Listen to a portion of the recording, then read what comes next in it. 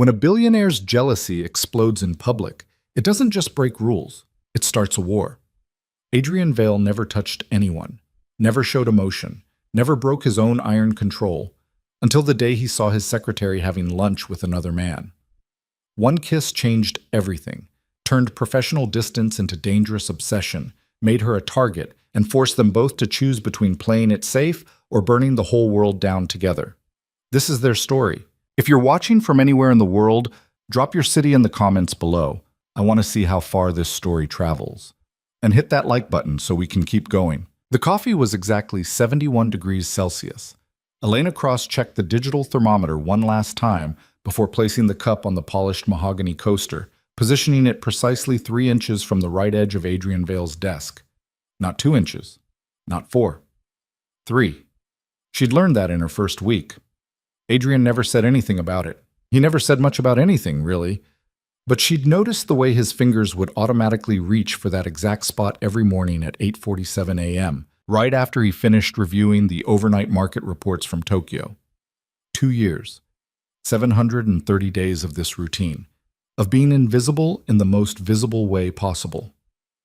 Mr. Vale will be up in 4 minutes, Marcus, the head of security, said through her earpiece. Guest elevator? Understood.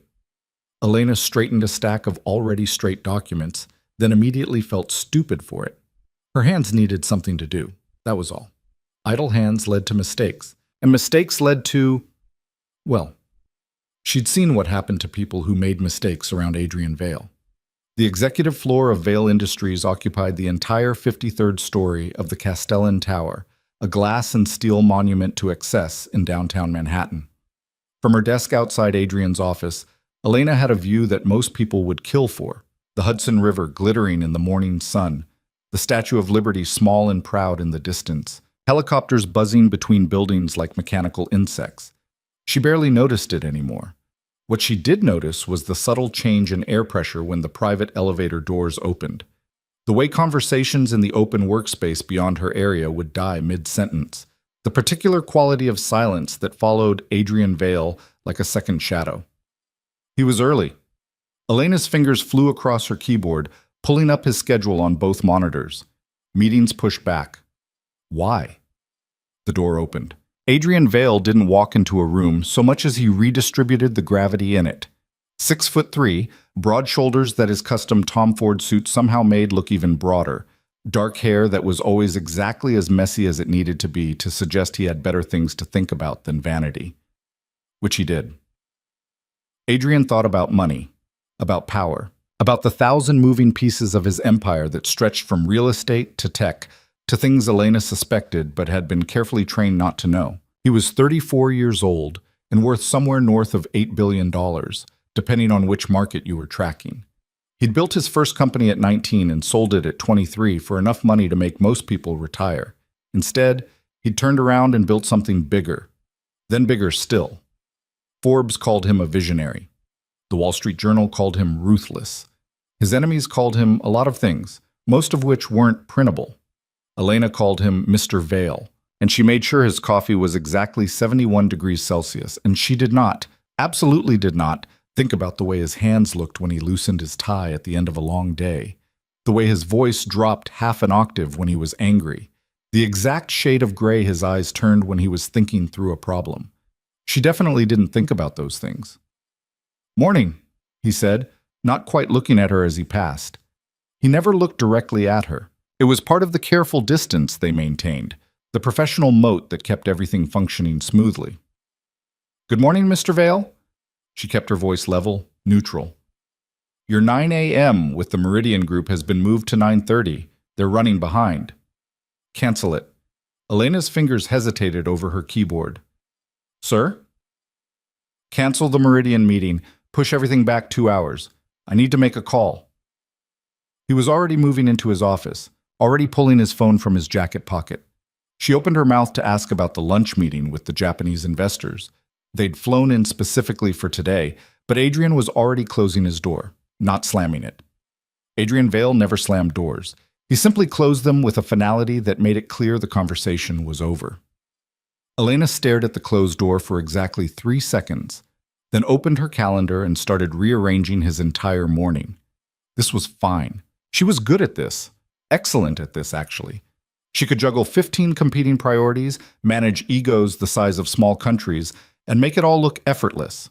That's why Adrian paid her $350,000 a year, plus benefits that included a car service, a health plan that covered everything up to and including experimental treatments, and a performance bonus that last year had been larger than her father's annual salary. She was the best personal secretary in Manhattan, possibly in the country. She was also possibly losing her mind because she'd spent the last 6 months having increasingly vivid dreams about her boss that were absolutely, categorically inappropriate. Her phone buzzed. A text from James. "Still on for lunch?" Elena felt her stomach drop. She'd forgotten. Completely forgotten. "Yes," she typed back, 12:30. "Same place?"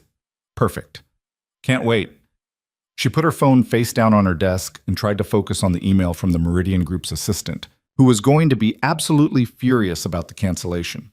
In the background, through the thick glass walls of Adrian's office, she could see him pacing, talking on the phone with sharp, aggressive gestures that meant someone on the other end was about to have a very bad day.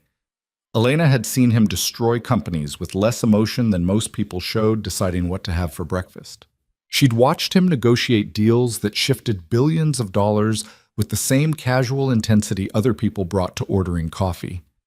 And yet somehow, in 2 years, she'd never seen him lose control. Not once. The intercom on her desk buzzed. Elena. Her full name, not Ms. Cross. That was unusual. "Yes, sir?" "Get me everything we have on the Castellan merger. Physical files. I want the originals. The 2019 acquisition? All of it, every piece of paper." That was going to take at least an hour. The Castellan files were in the archive room 3 floors down, and they filled 2 entire cabinets. "Right away, sir. Should I have someone from records?" "You. I want you to do it." The line went dead. Elena sat very still for a moment, trying to decode what had just happened. In 2 years, Adrian had never asked her to retrieve physical files. That's what the records department was for. That's what assistants to assistants were for. Something was wrong. She stood up, smoothed her skirt. Armani, navy blue, conservative but expensive, because appearance mattered in this building, and headed for the elevator. The archive room was a climate-controlled vault in the sub-basement, accessed only by keycard and biometric scan. It smelled like old paper and expensive preservation chemicals. Elena found the Castellan files right where they were supposed to be, pulled both cabinets worth of documents, and loaded them onto a cart. Her phone buzzed twice while she was sorting through the folders. Both texts from James. "Still thinking about our conversation last week. I meant what I said." She didn't respond. Couldn't, really. Not here. Not where every keystroke was potentially monitored, every message potentially archived. James Rothschild was old money, the kind of old that meant his family had been wealthy when Manhattan was still farmland. He was handsome in that effortless way rich men often were, charming, and completely inappropriate for someone like Elena. She was middle-class Brooklyn, a scholarship kid who'd fought her way through NYU and into this job through nothing but competence and obsessive attention to detail. But he'd asked her to dinner 3 weeks ago, and she'd said yes because why not? Because she was 27 years old, and she spent 60 hours a week being professionally invisible? Because the only man she ever thought about was the one person in the world she absolutely could not have? The dinner had been nice, easy. James talked about his work at his family's investment firm, asked her questions about herself, actual questions like he cared about the answers, and didn't try to impress her with money or connections. At the end of the night, he'd said, "I know your situation is complicated, but I think you're extraordinary, and I'm patient." She'd gone home and dreamed about Adrian's hands. The elevator ride back up to 53 felt longer than usual. When Elena pushed the cart into the executive suite, she could see Adrian through the glass walls of his office, still on the phone, still pacing. She parked the cart outside his door and waited. And waited. Finally, the door opened. Adrian stood there, phone pressed to his ear, and gestured her inside with a sharp movement. She'd been in his office 10,000 times, but never like this. Never with him right there, close enough to smell his cologne, something cedar and smoke. and expensive. I don't care about their timeline, Adrian said into the phone, his voice cold enough to frost glass. Tell them they have 48 hours to accept our terms or we walk. No, I'm not negotiating. 48 hours. He ended the call, dropped his phone on the desk, and finally, looked directly at Elena. The air in the room changed. It was such a small thing, eye contact. People did it thousands of times a day without thinking. But Adrian's eyes were the color of storm clouds, and when he looked at her, really looked at her, Elena felt like every careful wall she'd built over 2 years suddenly became transparent. The files, she said, hating how small her voice sounded. Where would you like them? Leave them. He moved back to his desk, started sorting through papers with aggressive efficiency. Clear my schedule for the rest of the day. Sir, you have all of it. Cancel everything. Elena pulled out her tablet, started making notes. Should I give them a reason? Tell them I'm busy. And the Tokyo investors? Reschedule. She looked up from her tablet. They're flying back tomorrow morning. Then they'll have to fly back again. Adrian didn't even glance at her, just kept shuffling papers. That's all. Dismissed. Again. Elena turned to leave, made it 2 steps before his voice stopped her. Elena. She froze. He never used her first name. In 2 years, it had always been Miss Cross, always professional, always distant. Yes? When she turned back, he was staring at her again, really staring, like he was trying to solve a problem and she was the only variable that didn't make sense. Never mind. That's all. She left before he could see her hands shaking. The restaurant was a small Italian place in Midtown, the kind of spot that catered to business lunches and looked exactly like 50 other places within a 3-block radius. Elena arrived 5 minutes early. She was always early, and found James already at a table by the window. He stood when he saw her, pulled out her chair, ordered wine without asking if she wanted any, which should have annoyed her but somehow didn't. You look beautiful, he said, and meant it. That color is incredible on you. Elena glanced down at her blouse. Silk, emerald green, maybe a shade brighter than she usually wore. She'd put it on this morning without thinking, then spent the entire subway ride wondering if it was too much. Thank you. Rough morning? Is it that obvious? James smiled. You have a very small crease right here. He gestured to the space between his eyebrows. That only shows up when you're stressed. I've been studying you. That should have been creepy. Instead, it made her stomach flip. They ordered. Elena got pasta she wasn't hungry for. James talked about his week, a complicated deal his firm was structuring, some family drama involving his sister's engagement. Normal things. Human things. Can I ask you something? James said, setting down his wine glass. That depends on the question. Are you happy? Elena blinked. What? At your job, working for Adrian Vale. Are you happy? The question landed like a stone in still water, sending ripples through her carefully maintained composure. I'm successful. I'm good at what I do. That's not what I asked. Elena looked out the window, watching people hurry past on the sidewalk. Happiness isn't really the point, isn't it? I have a career most people would kill for. I make more money than I ever thought possible. I work with one of the most powerful men in the country, and you're miserable. She should have argued, should have defended herself, her choices, the life she'd built. Instead, she just sighed. I think, James said carefully, that you've spent so long being excellent at your job that you've forgotten you're allowed to want more, to want something for yourself. James, I'm not trying to pressure you. I just want you to know that there are options, other ways to live. He reached across the table, let his fingers brush hers. You could quit tomorrow. Come work somewhere else, somewhere normal, somewhere that doesn't require you to be perfect every second of every day. Yes. Elena stared at their hands, almost touching. It would be so easy to just let go, to walk away from Adrian and his impossible standards and the way he never really saw her except when she made mistakes, to stop dreaming about a man who treated her like a particularly useful piece of furniture. I'll think about it, she heard herself say. James smiled. That's all I'm asking.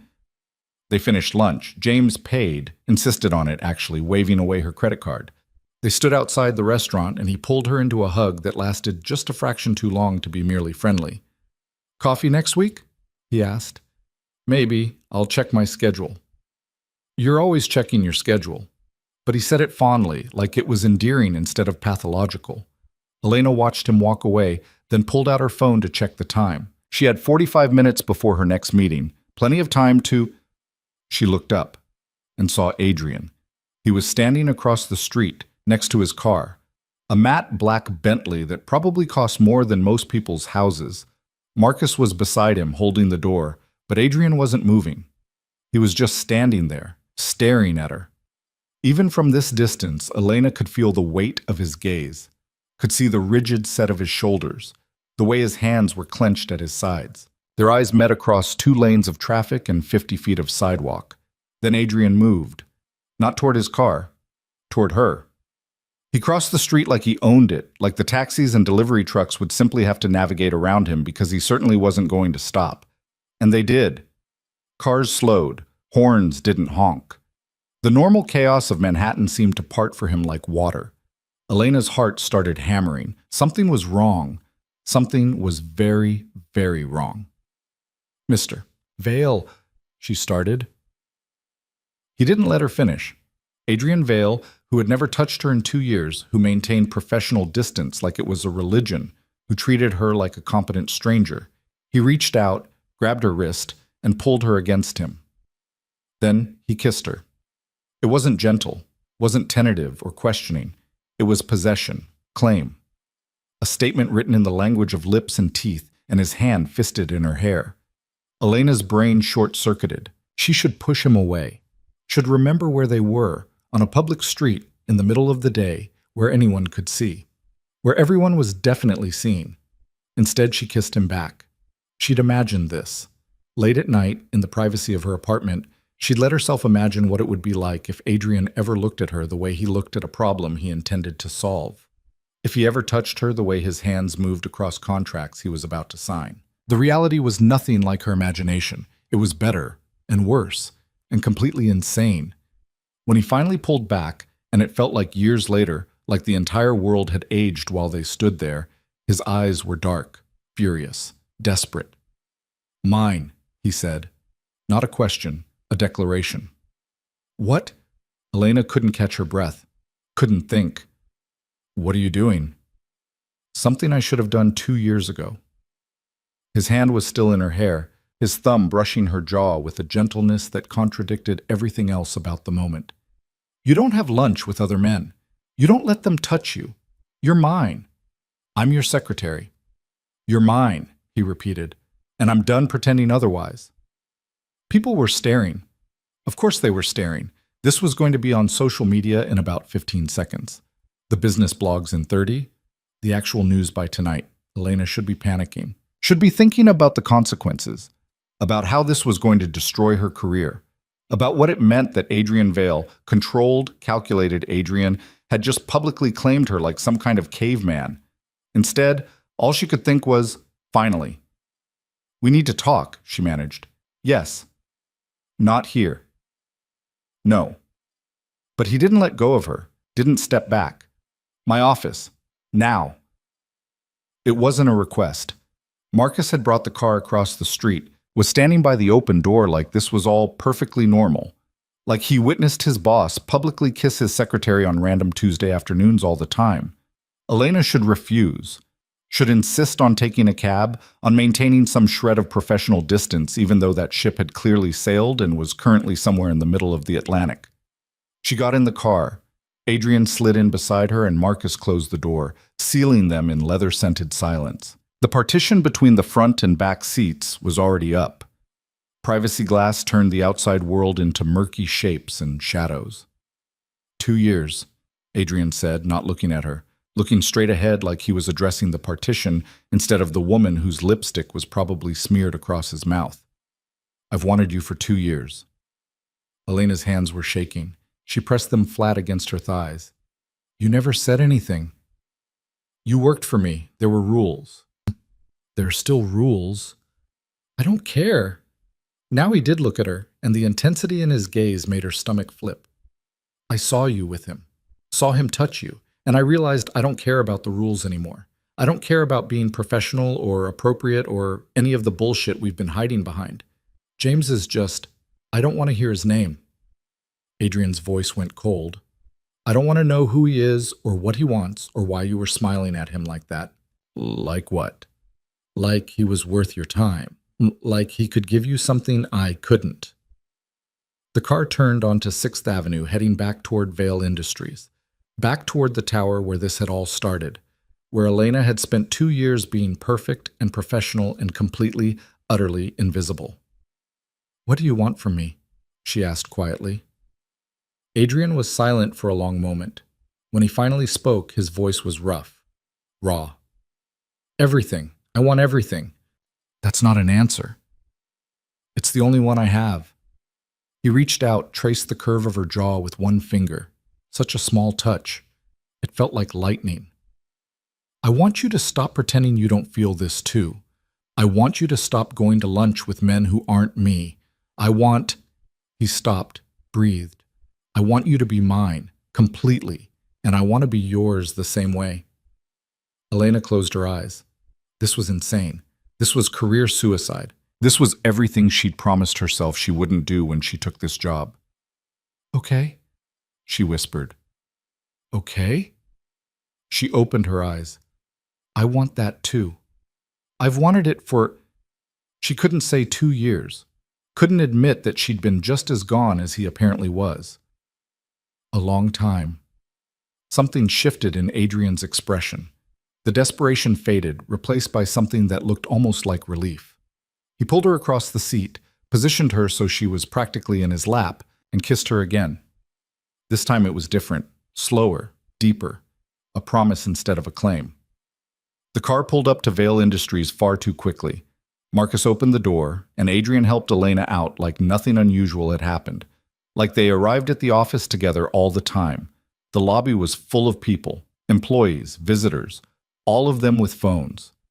All of them definitely noticing that Adrian Vale had just arrived with his secretary, both of them visibly disheveled, her lipstick smudged and his shirt collar askew. Elena wanted to sink into the floor. Adrian just took her hand and walked toward the private elevator like he owned the whole damn building, which, to be fair, he did. The elevator ride up felt endless. Adrian's thumb traced circles on the back of her hand, a casual intimacy that should have felt wrong but didn't. When the doors opened on the executive floor, the usual bustle of activity died instantly. Everyone stared.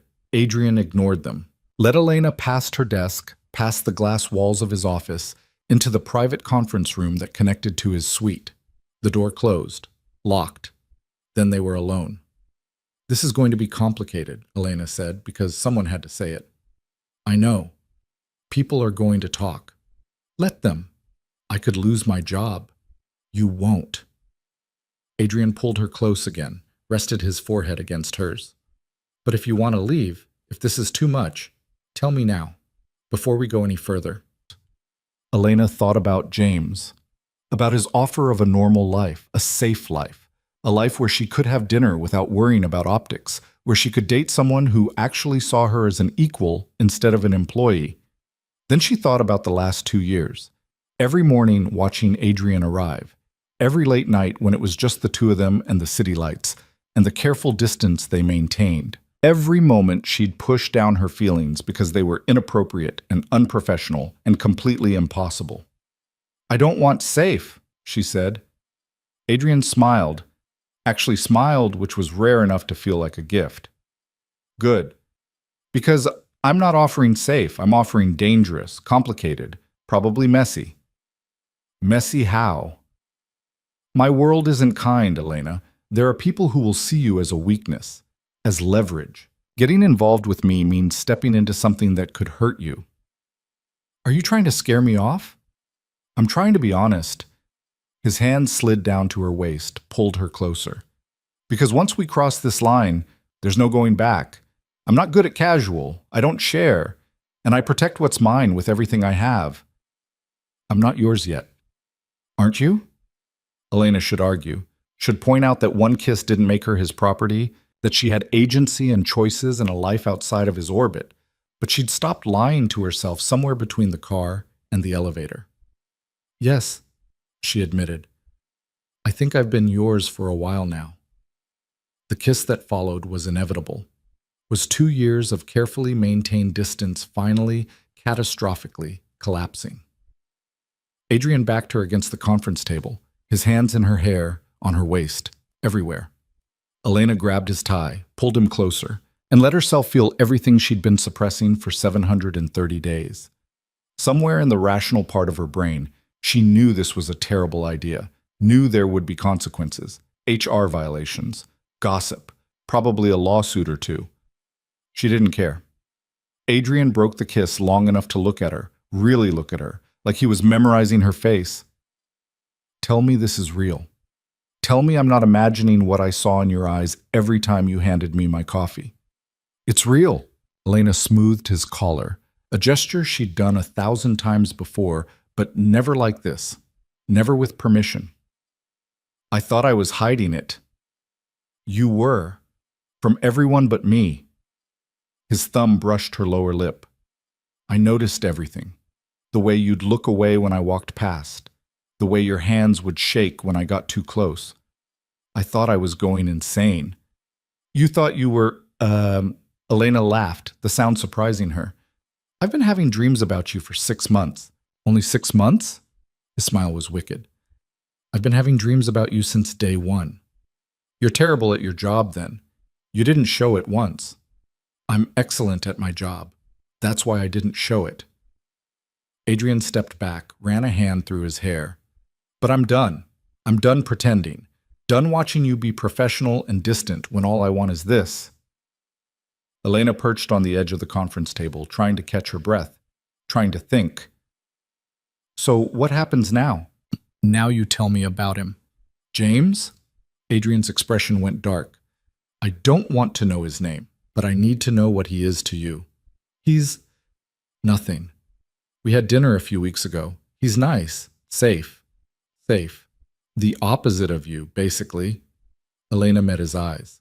That was the appeal. And now? Now I think I'm done with safe. Adrian crossed back to her in 2 strides, caged her against the table with his arms. You need to end it, whatever it is. I meant what I said. I don't share. There's nothing to end. It wasn't serious. He touched you. Barely. It was a hug. I don't care. End it. Elena should be annoyed by the possessive command, should probably point out that he didn't actually own her. Instead, she found herself nodding. Okay. I'll tell him. Today. Some of the tension left Adrian's shoulders. He pressed a kiss to her forehead, gentle this time. Thank you. You're welcome. Now can we talk about the fact that you just publicly kissed me in the middle of Midtown?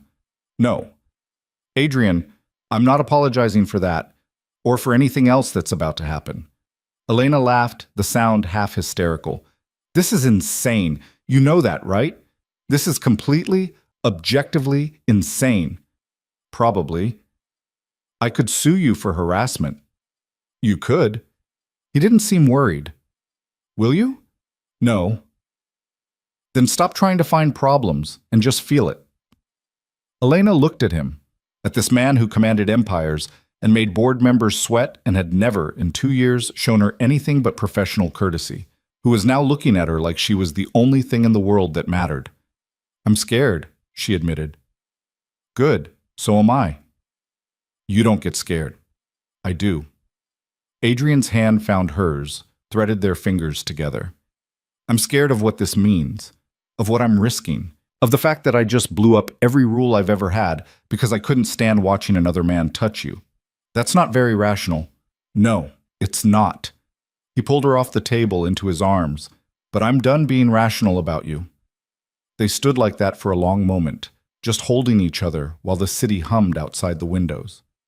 Elena could feel Adrian's heartbeat against her cheek, quick and hard. He was scared, actually scared. Somehow that made her feel better. A knock on the door shattered the moment. Mr. Vale? Marcus's voice, carefully neutral. You have a situation. Adrian didn't let go of Elena. What kind of situation? The kind that's trending on Twitter. Of course it was. Of course their kiss was already all over social media. Elena had known it would be, but knowing and confronting were two different things. Handle it, Adrian said. Sir, the board is asking questions. Tell the board I'm busy. They're insisting on a meeting. Adrian swore under his breath.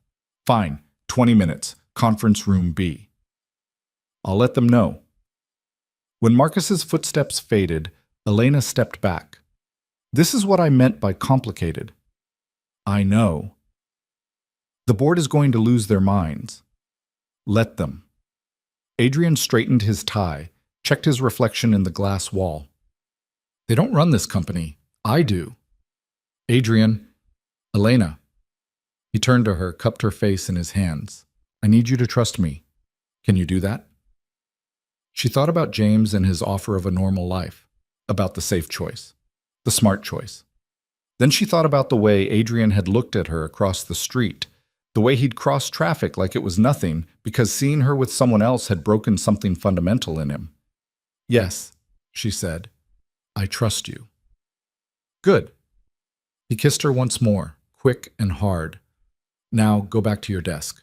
Pretend everything is normal. Nothing about this is normal.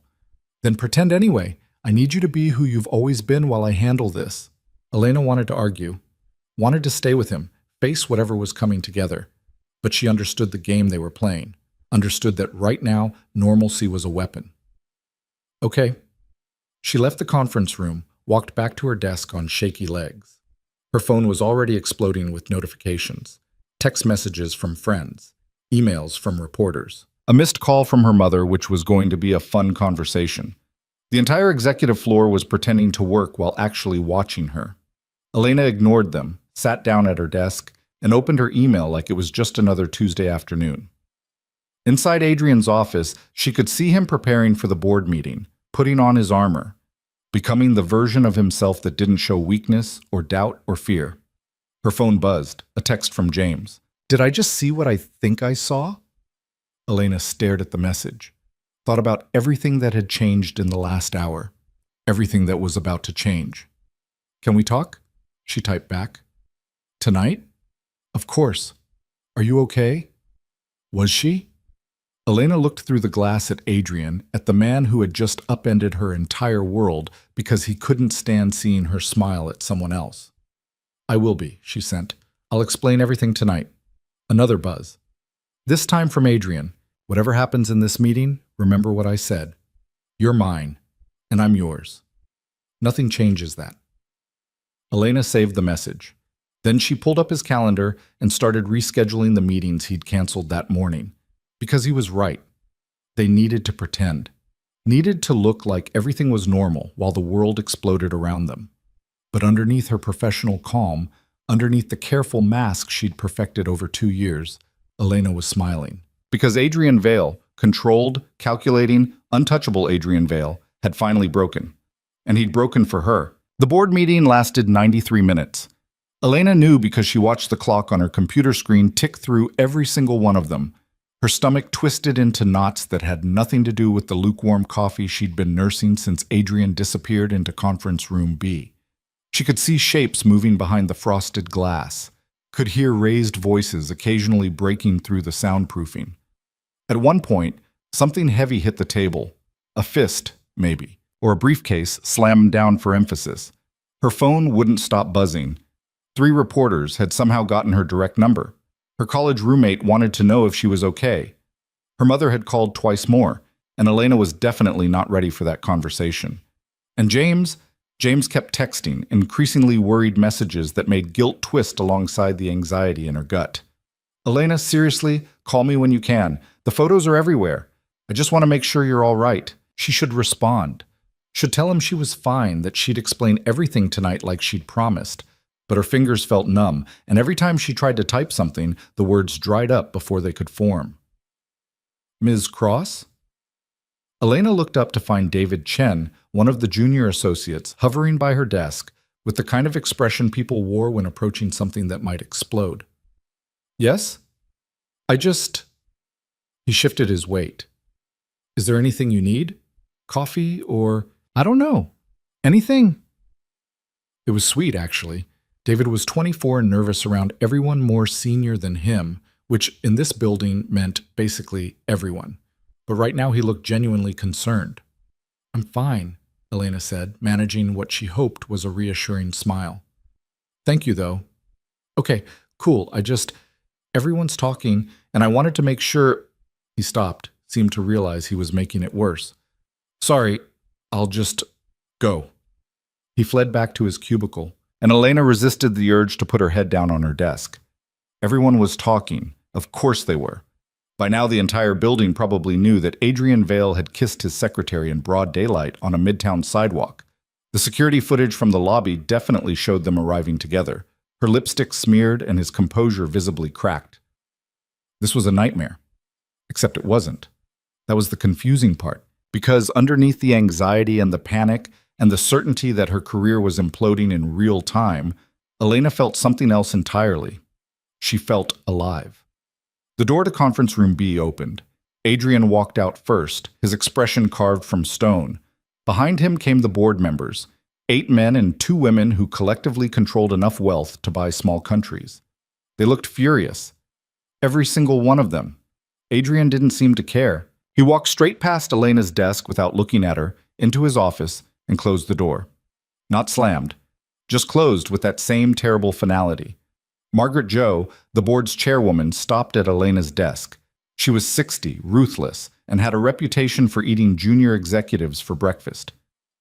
Ms. Cross, Elena stood automatically. Ms. Jo, I trust you understand the position you've put this company in. It wasn't a question, but Elena answered anyway. I understand there's a situation. A situation. Margaret's smile was sharp enough to cut. Is that what we're calling it? Adrian Vale publicly engaging in a relationship with an employee, a direct report no less, isn't a situation. It's a liability. With respect, Ms. Jo, I'm not sure what you want me to say. I want you to understand that Vale Industries has protocols, standards, and what happened today violated both. She leaned closer, lowered her voice. I also want you to understand that you're not the first young woman to think she could manage Adrian Vale. And you won't be the last, but the smart ones know when to walk away before they get burned. Elena felt anger spark in her chest. I appreciate the advice. Do you? Because from where I'm standing, you're about to destroy a promising career for a man who goes through secretaries the way most people go through coffee. That wasn't true. Elena had been Adrian's secretary for 2 years, and before her, his previous assistant had lasted 4 years before retiring to start a family. But Margaret wasn't interested in facts. She was interested in control. Is there anything else? Elena asked, keeping her voice level. Margaret studied her for a long moment. You're tougher than you look, I'll give you that. But tough doesn't mean smart. Think about it. She walked away, heels clicking against the polished floor like gunshots. Elena sat back down, her hands shaking. She stared at Adrian's closed door and tried to decide if she should knock, if she should check on him, if he wanted space or company or... Her phone buzzed again. This time it was a news alert. Vale Industries CEO Adrian Vale. Caught in public display with secretary. Stock down 2% perfect. Just perfect. 20 minutes crawled by before Adrian's door opened again. Elena. Inside. She grabbed her tablet and walked into his office, closing the door behind her. Adrian was standing by the window, looking out at the city with his hands in his pockets. His tie was loosened, jacket discarded on the back of his chair. How bad? She asked. Bad. He didn't turn around. The board wants me to make a statement, something about how it was a misunderstanding, how we're maintaining professional boundaries, how it won't happen again. And you said? I told them to go to hell. Elena felt her stomach drop. Adrian, I'm not apologizing. Now he did turn, and the look on his face was fierce, determined. I'm not pretending it didn't happen or that it meant nothing. I'm done lying. The stock is down. It'll recover. Margaret thinks I'm destroying my career. Margaret thinks everyone who doesn't do exactly what she wants is making a mistake. Adrian crossed to her, took her hands. I need you to listen to me. This is going to get worse before it gets better. The press is going to dig into your life. People are going to say terrible things, and the board is going to push for consequences. What kind of consequences? They want you gone, fired or transferred, or, at minimum, reassigned. The words hit like a physical blow. Elena had known it was possible, but hearing it stated so bluntly made it real. Do they have the power to do that? No, I do. Adrian's grip on her hands tightened. And I'm not doing any of it. You stay exactly where you are. That's going to cause problems. I don't care. Adrian, you have to care. This company is mine, he interrupted. I built it. I own controlling shares, and I'm not going to let a board of people who've never taken a real risk in their lives tell me how to run it.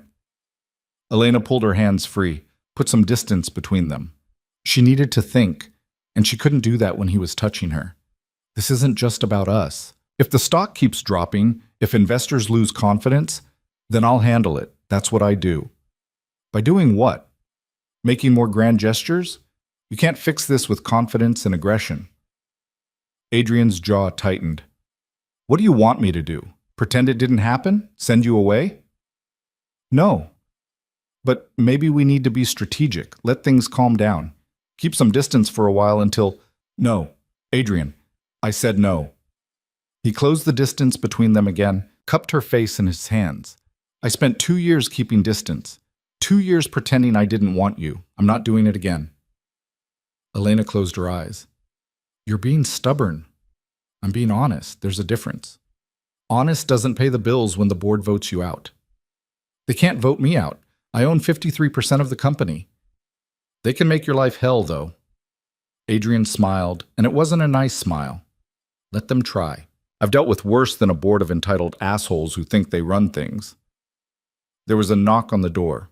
Marcus stuck his head in without waiting for permission. Sir, you have a visitor. I'm busy. It's Detective Ramirez. He says it's urgent. Adrian's expression went flat. Send him in. Elena started to leave, but Adrian caught her arm. Stay. If this is police business, stay. Detective Ramirez was exactly what Elena expected a New York detective to look like. Rumpled suit, tired eyes, the kind of face that had seen too much and stopped being surprised by any of it. He was maybe 50, with graying hair and a notepad that looked like it had been through a war. Mr. Vale? Miss Cross? He nodded to each of them. Sorry to interrupt, but we've got a situation. What kind of situation? Adrian asked. The kind involving your display this afternoon. We've received a complaint. Elena felt her stomach drop. A complaint about what? Public indecency, harassment, workplace misconduct. Take your pick. Someone's trying to make noise. Ramirez flipped through his notepad. Normally, I wouldn't bother you with this kind of thing, but given your profile and the current media attention, my captain wanted me to follow up. Who filed the complaint? Adrian's voice was ice. Anonymous tip line. We get a lot of those. Usually, they're nothing. Ramirez looked at Elena. Ms. Cross, I need to ask, did Mr. Vale's actions today constitute unwanted advances? No, Elena said immediately. You're sure, because if there's any question of coercion or abuse of power, I'm sure. What happened was mutual. Ramirez made a note. And you're willing to state that officially? Yes. All right. He closed his notepad. That should handle it. But, Mr. Vale, a word of advice. Your lawyers might want to get ahead of this. Anonymous complaints have a way of becoming less anonymous when there's money involved. Meaning what? Adrian asked. Meaning someone's trying to cause problems. Could be a disgruntled employee, could be a competitor, could be someone who just doesn't like you. But they're not going to stop with one complaint. Ramirez headed for the door, then paused. Oh, and Ms. Cross? You might want to change your route home for a few days. We've had reports of photographers staking out your building. When he left, Elena sat down heavily in one of Adrian's chairs. This is insane. This is expected. How is any of this expected? Adrian poured himself a drink from the bar cart in the corner. Whiskey, neat, expensive enough that the bottle probably cost more than Elena's monthly rent. When you have money and power, people try to take it. Or they try to take you down because they can't have what you have. This is just another version of that.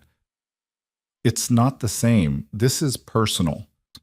Everything is personal when you're in my position. He took a drink, stared at the amber liquid like it held answers. I've had people file lawsuits over handshake agreements, had business partners try to steal IP while smiling to my face, had board members leak confidential information to tank deals. Compared to that, an anonymous complaint is nothing. Elena rubbed her temples. A headache was building behind her eyes, the kind that promised to get worse before it got better. I need to go home. Not yet. Adrian, you heard Ramirez. There are photographers at your building. You go home now. You'll be on every gossip site by morning. I'll be on them anyway. Not like that. Not looking tired and stressed and alone. Adrian set down his glass, came to kneel in front of her chair. Stay here tonight. Elena laughed, the sound sharp and a little hysterical. Are you kidding? That would make everything 10 times worse. Only if people find out. People always find out. Not if we're careful. His hands found her knees, rested there with careful pressure. I have a private residence on the top floor. No one knows about it except Marcus and me. You can stay there, get some sleep, and in the morning we'll figure out next steps. Adrian, I can't. Yes, you can. And you should. He looked up at her, and the intensity in his eyes made her chest ache. Let me take care of you, just for tonight. It was a terrible idea. Elena knew it was a terrible idea, but she was exhausted and scared, and she really didn't want to face the photographers alone. Just for tonight, she echoed. Just for tonight. He was lying. They both knew he was lying, but Elena let him lead her to the private elevator anyway, let him key in a code she'd never seen before, let the doors close on the rest of the world. The penthouse was nothing like she'd expected. Elena had imagined something sterile and modern, all glass and chrome like the rest of the building. Instead, it was warm. Books lined one wall, real books with worn spines that suggested they'd actually been read. The furniture looked comfortable instead of expensive. There were photos, actual printed photos in frames, scattered on shelves and tables. You live here? She asked. Sometimes. When I'm working late and don't feel like going home. Adrian shrugged off his jacket, draped it over a chair. There's a bedroom through there, bathroom attached. Help yourself to whatever you need. Elena walked slowly through the space, taking it in. One photo caught her eye. A younger Adrian, maybe 20, standing next to an older man with the same gray eyes. Your father? Yeah. Adrian's voice went tight. He died 6 years ago. Heart attack. I'm sorry. Don't be. We weren't close. But the way he said it suggested otherwise. Suggested a complicated relationship Elena didn't have the energy to unpack right now. Her phone buzzed. Again. She pulled it out, saw James's name, and felt guilt crash over her in a wave. I need to call him, she said. Adrian's expression shuddered. Now? I promised I'd explain, and putting it off is just making it worse. For a moment she thought he'd argue. Instead, he just nodded. I'll give you privacy. He disappeared into what looked like a home office, closing the door behind him. Elena stared at her phone for a long moment before finally calling James. He answered on the first ring. Elena, Jesus, are you okay? I'm fine. I'm sorry I didn't call earlier. Things have been insane. Yeah, I saw. It's all over the news. He paused. Is it true? You and Adrian Vale? Yes. The silence stretched. Elena could hear James breathing, could almost hear him processing. How long? He finally asked. Today. It just happened today. But you've wanted it longer. It wasn't a question, but Elena answered anyway. Yes. More silence. Then, I'm an idiot. No, you're not. I am. I thought... He laughed, bitter. I thought you were just scared, that you needed someone to show you there were other options. I didn't realize you'd already made your choice. James, I'm sorry. You've been nothing but kind to me, and I should have been more honest about... Don't! His voice was sharp. Don't apologize for wanting what you want. That's not fair to either of us. Elena felt tears prick her eyes. You deserve better than this. Yeah, probably. But that's not your problem to solve. She heard him take a breath. For what it's worth, I hope it works out. I hope he's worth it. So do I. After she hung up, Elena sat on the couch and let herself cry. Not dramatic sobs, just quiet tears that leaked out despite her best efforts to hold them in. She was tired. So tired, and scared, and exhilarated, and completely overwhelmed by everything that had changed in the span of a few hours. The office door opened. Adrian emerged, took one look at her, and crossed the room in 3 strides. What happened? Nothing. I'm fine. You're crying. I'm processing. Elena wiped her eyes, tried to pull herself together. James was good about it, better than I deserved. Adrian sat beside her, pulled her against his chest without asking. He's a fool. Why? Because he let you go. He didn't have a choice. I was never really his to lose. Elena closed her eyes, breathed in the scent of Adrian's cologne. I think I've been yours since the first day. She felt him tense. The first day? You were in a meeting with the Tokyo investors. I brought in coffee and you didn't even look at me, just kept talking like I was invisible. And I remember thinking that you were the most focused person I'd ever seen, like nothing in the world could distract you from what you wanted. Elena pulled back enough to look at him. I wanted to be what you wanted. Adrian's thumb traced her cheekbone, catching a stray tear. You are.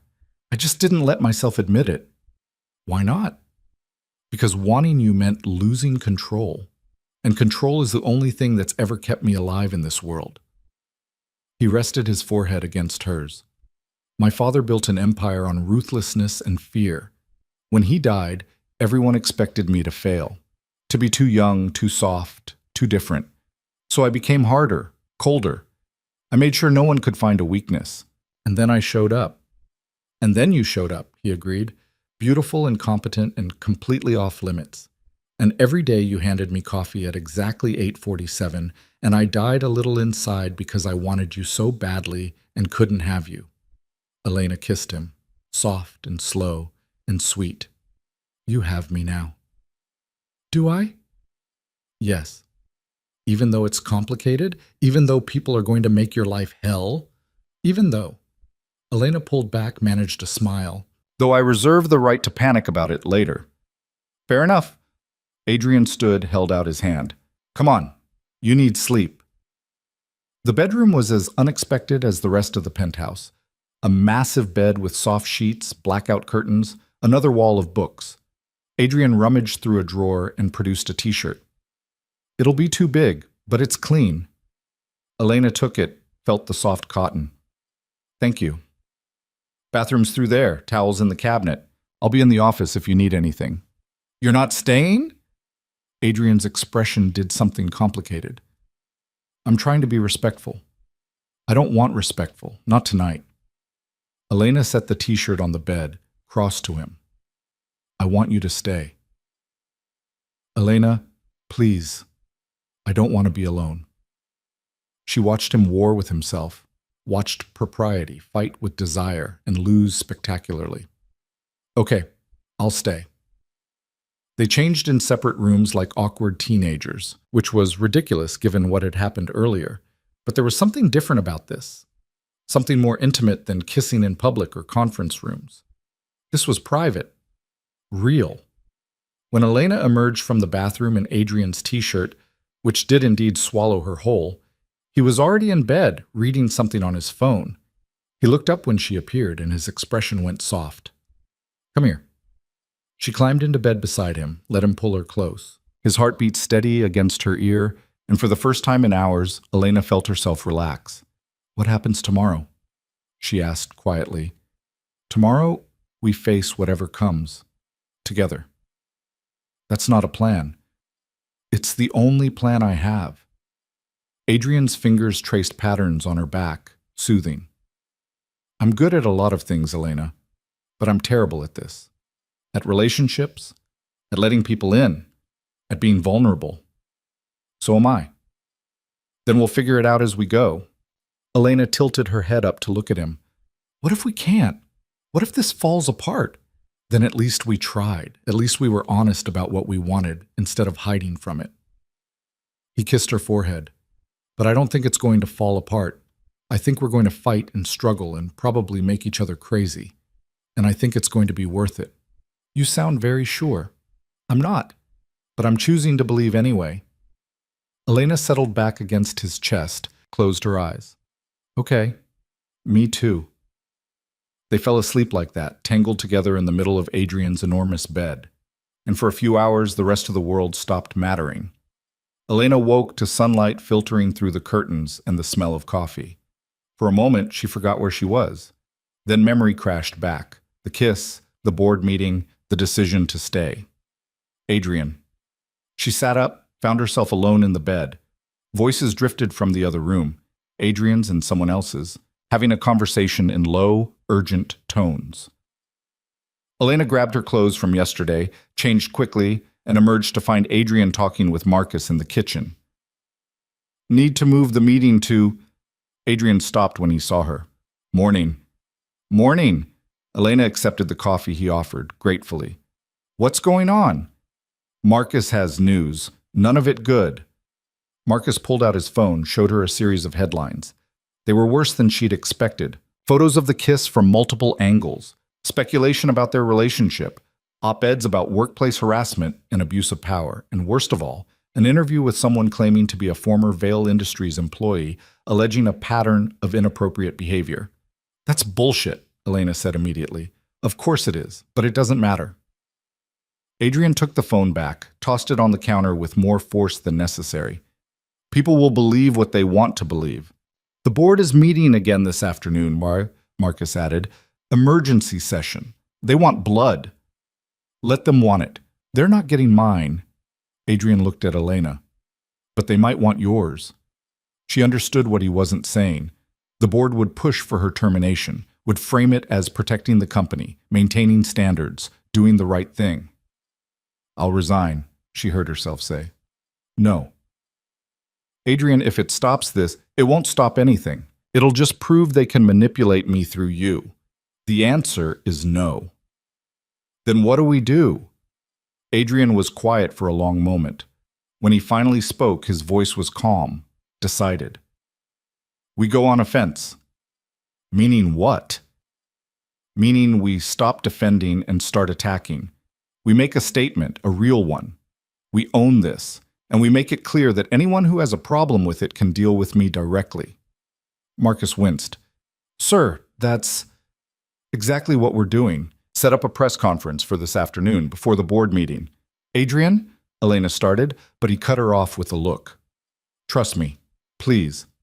She wanted to argue, wanted to point out all the ways this could go wrong, but she'd promised to trust him, and she meant it. Okay, what do you need me to do? Adrian smiled, fierce and determined. Stand next to me and don't flinch.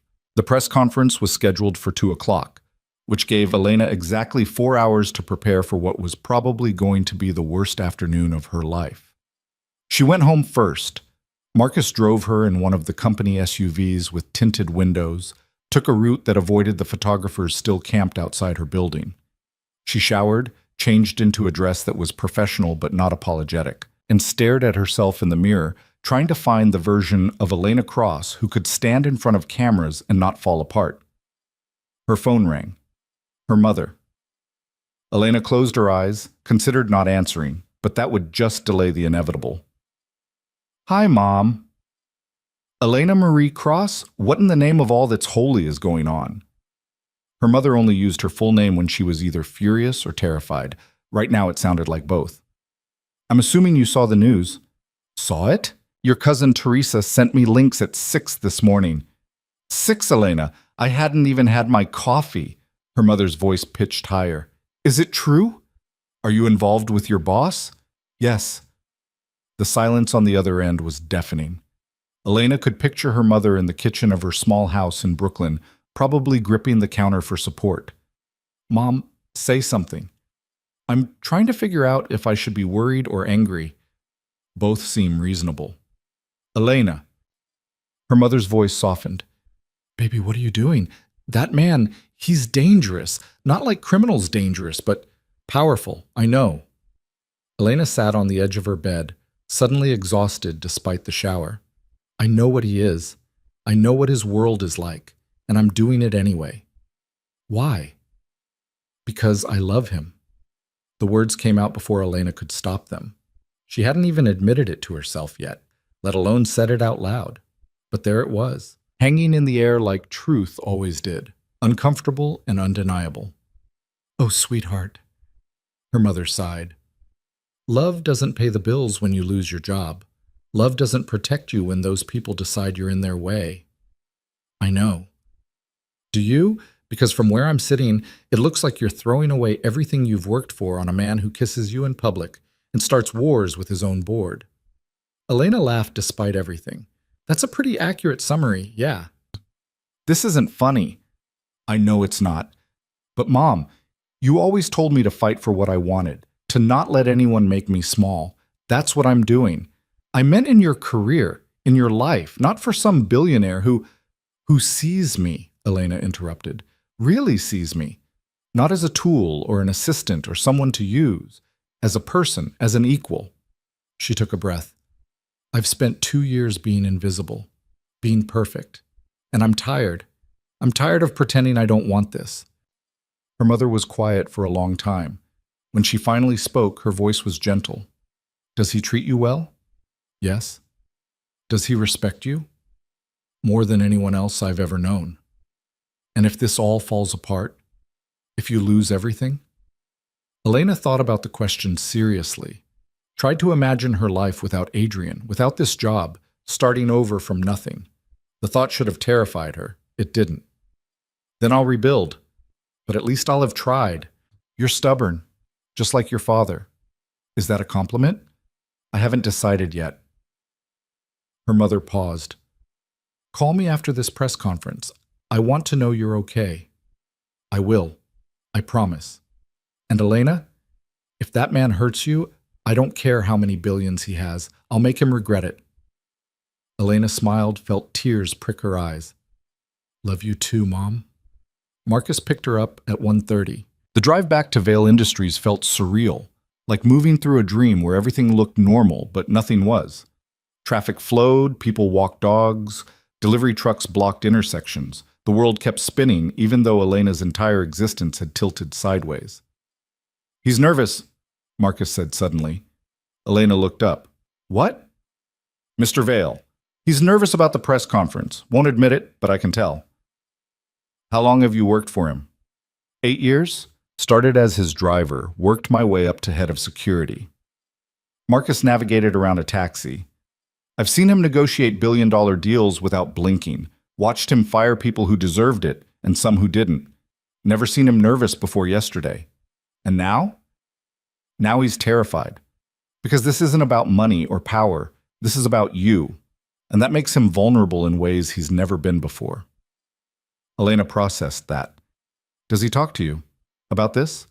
Not in so many words, but he asked me this morning if I thought he was making a mistake. First time he's ever asked my opinion on anything that wasn't security related. What did you tell him? Marcus smiled. I told him everyone makes mistakes. The question is whether they're worth making.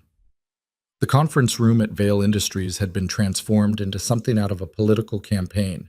Rows of chairs for press, a podium with the company logo, cameras everywhere. Elena's stomach dropped when she saw it. This is insane, she muttered. This is Adrian, Marcus corrected. He doesn't do anything small. Adrian was waiting in the antechamber, pacing like a caged animal. He stopped when he saw her, and something in his expression shifted, settled. You came. Of course I came. You asked me to. I know, but after everything... He shook his head. I wouldn't blame you if you'd gotten on a plane to anywhere else. Elena crossed to him, straightened his tie even though it didn't need straightening. We're in this together. Remember? Together. He caught her hand, pressed it against his chest. Elena, you don't have to do this. I can handle the press alone.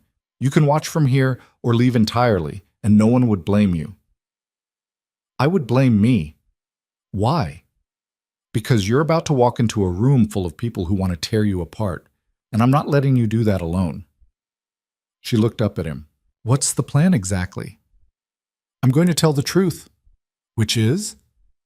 That we're together, that it started yesterday, that anyone who has a problem with it can take it up with me directly. Adrian's jaw tightened, and that if the board tries to force you out, I'll resign. Elena's heart stopped. You can't do that. I can. I will. Adrian, this company is your entire life. No. He pulled her closer. It was my entire life. Past tense. But you're here now. And I'm not choosing the company over you. I'm not choosing anything over you. That's insane. Probably, but I'm doing it anyway. He kissed her forehead. I need you to trust that I know what I'm doing. Do you? Know what you're doing? Not even a little bit, but I'm very good at faking it. A knock on the door. One of the PR assistants stuck her head in. Mr. Vale, they're ready for you. Adrian took a breath, squared his shoulders. Let's go. The conference room fell silent when they entered. Elena had never been on this side of a press conference before, had never felt the weight of dozens of eyes, the aggressive curiosity of reporters who smelled blood in the water. Adrian led her to the podium, positioned her slightly behind and to his left, close enough to be clearly together, far enough to not be hovering. Thank you all for coming on short notice, Adrian began, his voice carrying the same authority it always did. I'm going to make a statement, then take a limited number of questions. Photography is permitted, but anyone who shouts or interrupts will be removed. He paused, looked out at the sea of faces. Yesterday afternoon, I publicly demonstrated my personal feelings for Elena Cross, my executive assistant. The display was spontaneous, unplanned, and completely genuine. I'm not here to apologize for it or to explain it beyond this. I have feelings for Ms. Cross that go beyond professional boundaries. We are pursuing a relationship, and anyone who has concerns about that can address them to me directly. Hands shot up immediately. Questions shouted over each other. Adrian pointed to a reporter in the front row. Mr. Vale, isn't this a clear conflict of interest? How can Ms. Cross remain your employee while also being romantically involved with you? Ms. Cross is extraordinarily good at her job. Her performance has been exemplary for 2 years, and that won't change. We'll be implementing additional oversight to ensure there's no favoritism or inappropriate conduct. But she's keeping her position. Another reporter. What does the board think about this? The board has opinions. I'm sure they'll share them during our meeting later today. But ultimately, I control this company, and I'm making the decision that works for both the business and my personal life. Ms. Cross, do you have anything to say? Elena froze. They weren't supposed to ask her questions. That hadn't been part of the plan. Adrian looked at her, a silent question in his eyes. She could decline, could stay silent, could let him handle this. Instead, she stepped forward to the microphone. I understand there are concerns about the nature of my relationship with Mr. Vale. I want to be clear that what happened yesterday was mutual. I care about Adrian deeply, and I'm choosing to pursue this relationship despite the complications. I'm also committed to maintaining my professional standards and ensuring that my work doesn't suffer. She paused. I know that won't satisfy everyone, but it's the truth. More questions, more shouting. Adrian fielded them with practiced ease, deflecting the invasive ones and answering what he could. Elena stood beside him and tried to look calm even though her heart was trying to break through her ribcage. Finally, Adrian called it, "That's all the time we have, thank you." They walked out together, ignoring the shouted follow-ups. In the hallway, Elena's legs nearly gave out. You did great, Adrian said, catching her elbow. I think I'm going to throw up. Bathroom's that way. I'll wait. Elena made it to the bathroom before the nausea hit. She splashed water on her face, stared at herself in the mirror. Her reflection looked terrified. Her phone buzzed. A text from an unknown number. You're making a mistake. He destroys everything he touches. Then another. Gold digger? And another. You won't last a month. Elena turned off her phone. When she emerged, Adrian was waiting exactly where he'd said he'd be. He took one look at her face and pulled her into a quiet corner. What happened? Nothing. Just people have opinions. Show me your phone. Adrian, show me. She handed it over, watched his expression go from concerned to furious as he scrolled through the messages. I'm going to find out who sent these. It doesn't matter. It does to me. He handed the phone back. Change your number. Today. Marcus will handle it. That's not going to stop people from having opinions. No, but it'll stop them from harassing you directly. Adrian checked his watch. I have the board meeting in 20 minutes. You should go home. I want to stay. Elena, I want to stay, she repeated. I want to be here when you come out. I want them to see that I'm not going anywhere. Something shifted in Adrian's expression. Pride, maybe? Or gratitude. Okay, wait in my office and lock the door. The board meeting lasted 3 hours. Elena spent them pacing Adrian's office, trying not to think about what was happening on the other side of the building. She answered emails, organized files that didn't need organizing, stared out the window at the city that suddenly felt hostile. Her new phone, Marcus had indeed handled it with terrifying efficiency, rang once. Her mother, checking in. Elena assured her everything was fine, which was only partially a lie. When the office door finally opened, Elena spun around expecting Adrian. It was Margaret Joe. Ms. Cross, we need to talk. Elena straightened her spine, called on every ounce of professionalism she'd ever learned. Miss Joe, I wasn't aware you had access to this office. I have access to everything in this building. Margaret closed the door behind her, studied Elena like a particularly interesting specimen. The board just voted. Elena's stomach dropped. And Adrian is still CEO. For now, but there are conditions. What kind of conditions? You resign, voluntarily. Take a generous severance package and disappear quietly. Adrian keeps his position, the company avoids a prolonged scandal, and everyone moves on. And if I don't? Margaret smiled. Then we make your life extremely difficult. We audit every piece of work you've ever done. We investigate every expense report, every decision, every email. We find something. We always find something. And we use it to destroy your reputation so thoroughly that you'll never work in this industry again. Elena felt cold. That's illegal. Prove it. You're a secretary going up against a board of billionaires. How do you think that ends? I think it ends with Adrian fighting back. Adrian can't fight the entire board and run the company. Eventually, he'll have to choose. And when he does, you'll be the one who suffers. Margaret moved closer. I'm offering you a way out, a clean break. Take it. No. Excuse me? I said no. I'm not resigning. I'm not disappearing. And I'm definitely not letting you bully me into making Adrian choose between me and his company. Elena met her gaze straight on. So you can take your generous severance package and your threats and get out of this office. Margaret's expression hardened. You're making a mistake. Seems to be a theme today. This isn't a game, Ms. Cross. These are powerful people with resources you can't imagine. They will destroy you. Let them try. For a long moment, Margaret just stared at her. Then she laughed, sharp and bitter. You know what? I almost respect you. You're either incredibly brave or incredibly stupid. I haven't decided which. Can it be both? Adrian was right about you. You're tougher than you look.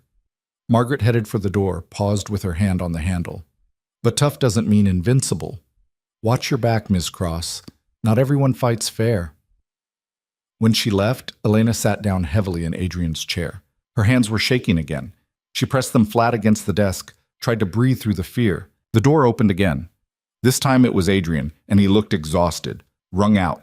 His tie was gone, his shirt wrinkled, and there were shadows under his eyes that hadn't been there this morning. Hey, Elena said softly. Hey.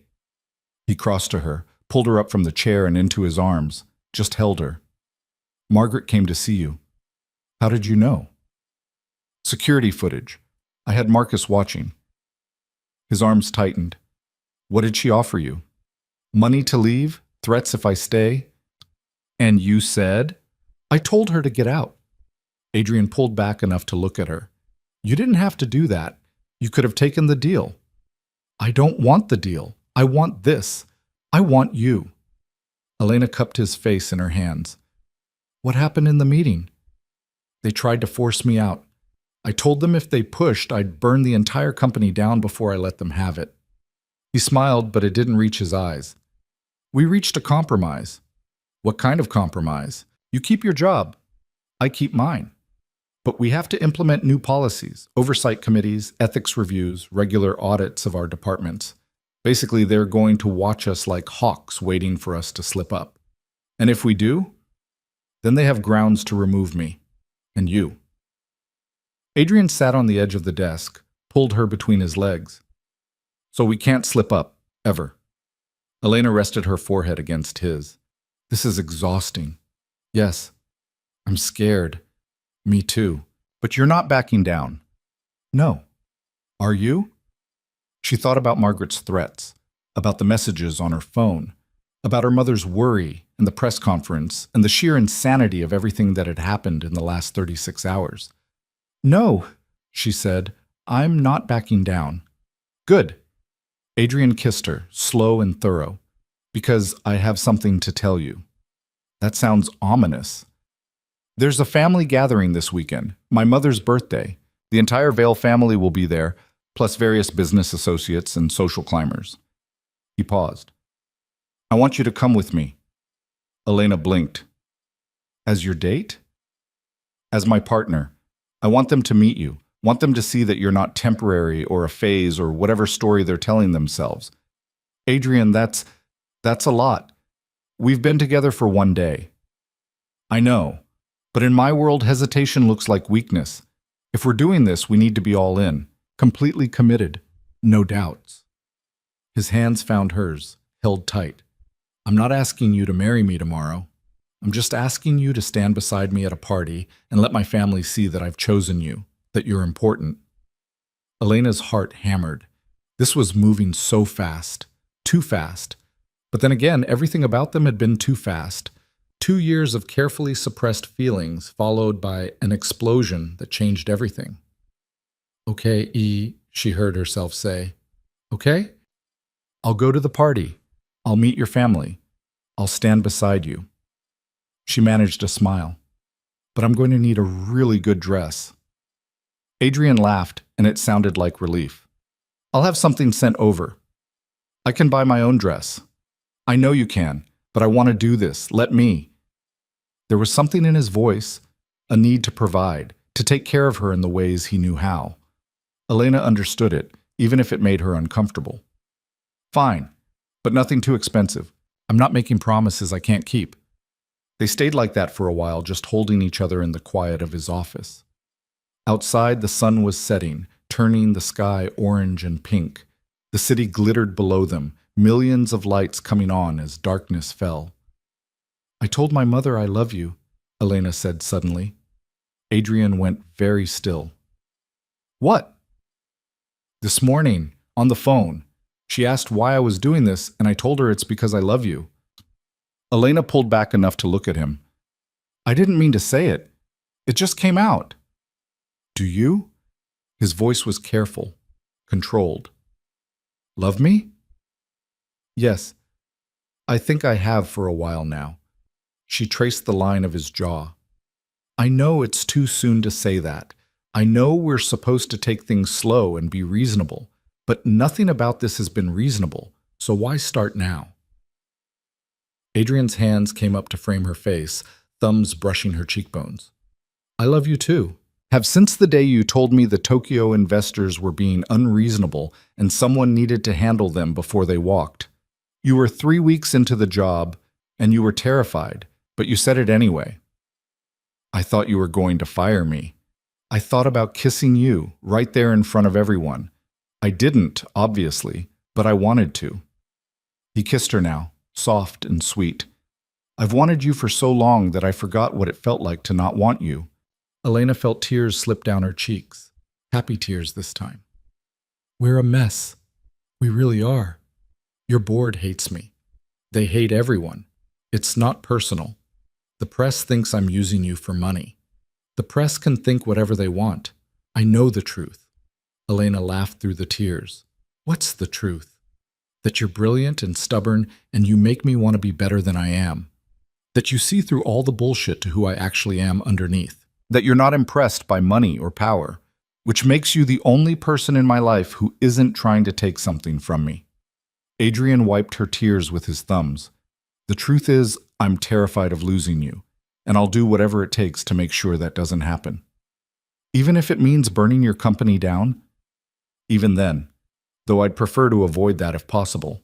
Me too. I look terrible in orange, and I assume prison jumpsuits don't come in other colors. Adrian laughed, pulled her close again. No prison. I promise. That's a bold promise, considering we're about to walk into a room full of your family. My family is... He paused, searching for words.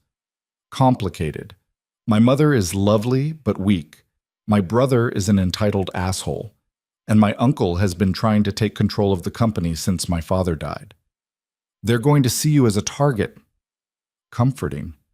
But you're not going to let them intimidate you, because you're Elena Cross, and you once told the Japanese Minister of Trade that his offer was insulting and he should come back when he was serious about negotiating. I thought I was going to have a heart attack during that conversation. You didn't show it. You never show fear, even when you're terrified. Adrian pulled back, looked at her seriously. That's what I need this weekend. I need you to be exactly who you are. Don't try to impress them. Don't let them make you feel small. Just be yourself. And if myself isn't good enough, then they're idiots, and we'll know where we stand. Elena took a breath. Okay, I can do that. I know you can. He glanced at his watch. It's almost 8. Have you eaten? No. Have you? No. Let's get out of here. I know a place. The place turned out to be a small Italian restaurant in the village, the kind of spot that didn't take reservations unless you were Adrian Vale. They sat in a back corner booth, ordered wine and pasta, and pretended for 2 hours that they were normal people on a normal date. It was nice, almost perfect. Until Elena's phone rang. She didn't recognize the number, but something made her answer anyway. Hello? Ms. Cross? A woman's voice, professional but urgent. This is Detective Ramirez's partner, Detective Chen. We need you to come to the station. Elena's stomach dropped. Why? What's wrong? There's been an incident. Someone broke into your apartment. The restaurant noise faded to background static. Elena felt Adrian's hand find hers under the table, grounding her. Was anything stolen? We're not sure yet, but Ms. Cross, whoever did this, left a message, and we think you need to see it. The message was written in red paint across Elena's bedroom wall in letters 2 feet high. Stay away from what isn't yours. Elena stood in the doorway of her apartment, staring at the words while crime scene techs moved around taking photos and dusting for prints. Her hands were shaking. She shoved them in her pockets so no one would see. Adrian stood behind her, one hand on her shoulder. His grip was tight enough to hurt, but Elena didn't pull away. The pain helped, gave her something to focus on besides the violation of seeing her private space turned into a crime scene. They came through the fire escape, Detective Chen said, consulting her notes. She was younger than Ramirez, maybe early 30s, with sharp eyes that missed nothing. Broke the lock. Took their time too. Your neighbor heard noise around 7, but assumed it was you. What did they take? Adrian's voice was cold, dangerous. That's the strange part. Nothing, as far as we can tell. They went through her things, definitely. Opened drawers, moved stuff around, but the laptop's still here, jewelry's still here, even cash on the dresser wasn't touched. So this wasn't about robbery, Elena said quietly. No, ma'am, this was about sending a message. Chen looked at Adrian. Any idea who might want to threaten Miss Cross? Adrian's laugh was bitter. How much time do you have? Sir, I need you to take this seriously. I am taking it seriously, that's the problem. Elena became a target the moment our relationship went public. Could be business rivals. Could be someone with a grudge against me. Could be a board member trying to scare her off. His hand tightened on Elena's shoulder. The list is longer than you want to know. Elena pulled away from him, walked into her apartment. It looked wrong, familiar but contaminated. Her books had been pulled off the shelf and stacked in neat piles on the floor. Her closet doors hung open, clothes pushed aside like someone had been searching for something. In the bathroom, her medicine cabinet stood open, pill bottles lined up on the counter with military precision. They were organized, she said, picking up one of the bottles. Whoever did this wasn't just vandalizing, they were looking for something. Or trying to make you think they were, Chen said. Sometimes the disorganization is the point. Make you feel unsafe in your own space. Well, it worked. Elena set the bottle down, wrapped her arms around herself. Can I stay here? Tonight? I wouldn't recommend it, not until we finish processing the scene. And even then, Chen gestured at the broken fire escape lock. You'd need new locks at minimum, maybe a security system. She's not staying here. Adrian's voice left no room for argument. She's coming with me. Elena wanted to argue, wanted to insist she could handle this, that she wouldn't be scared out of her own home. But the truth was, she was terrified. The thought of sleeping in her bed knowing someone had been in here, touched her things, violated her space, it made her skin crawl. Okay, she said quietly. Let me just grab some clothes. Don't touch anything yet, Chen said. We need to finish documenting. Give us another hour, then you can pack what you need. They waited in the hallway. Adrian made phone calls to Marcus, to someone named Garrett, who was apparently a private security consultant, to his lawyer. Elena sat on the floor with her back against the wall and tried to process what was happening. 2 days ago, her biggest concern had been whether Adrian noticed when she wore the green blouse. Now someone had broken into her apartment to threaten her. Now she was in danger just for existing in Adrian's orbit. This is my fault, Adrian said, ending his call and sliding down the wall to sit beside her. How is someone breaking into my apartment your fault? Because I made you a target. I knew this could happen, knew that getting involved with me would put you in danger, and I did it anyway. Elena looked at him, really looked at him. He was furious, she realized, not at her, at himself, at the situation, at whoever had done this. You didn't break into my apartment, she said. I might as well have. This is because of me, because I couldn't keep my hands off you for one more day, because I had to kiss you in public like a... He stopped, ran his hands through his hair. I should have protected you better. Adrian, you can't control everything. I can control this. I can find out who did it and make sure they regret it. The way he said it made Elena's stomach flip. There was violence in his voice, real violence, the kind that came from someone who knew exactly how much damage they could do and was willing to do it. We should let the police handle it, she said carefully. The police can handle the legal part. I'll handle the rest. What does that mean? Adrian looked at her, and his eyes were cold. It means whoever did this is going to wish they hadn't. Before Elena could respond, her phone rang. Unknown number again. She almost didn't answer, but something made her check the screen. It was a text. A photo. Of her. Walking into Adrian's building that morning. The message underneath said, "You've been warned." Elena's hands went numb. She showed Adrian the phone, watched his expression go from cold to murderous. That's it. He stood up, pulled out his own phone. Marcus, I need a full security detail on Elena, 24/7, and I want surveillance on everyone who's contacted her in the last week. I don't care if it's legal, just do it. Adrian, you can't... Watch me. He was pacing now, all controlled fury and sharp edges.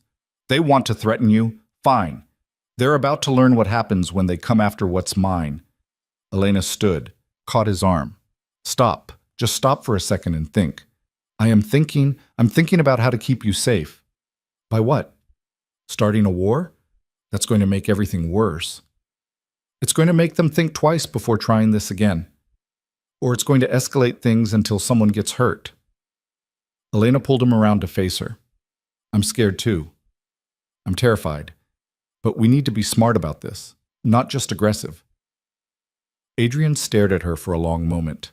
Then some of the tension drained from his shoulders. You're right. I know you're right.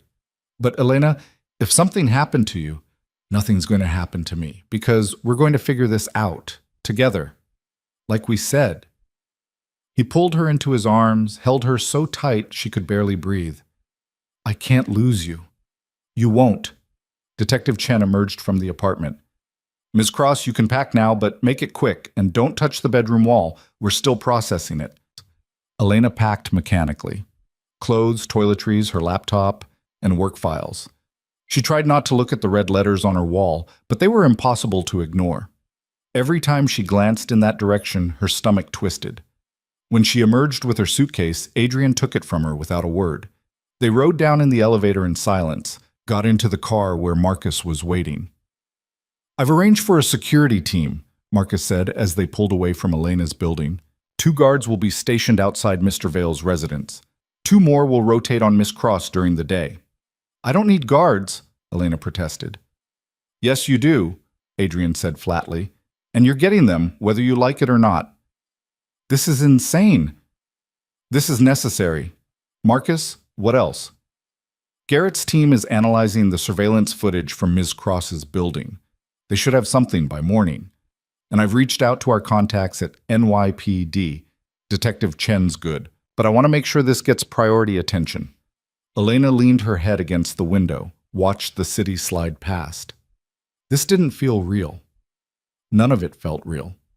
3 days ago, she'd been having lunch with James, contemplating a normal life. Now she had armed guards, and someone was sending her threatening photos.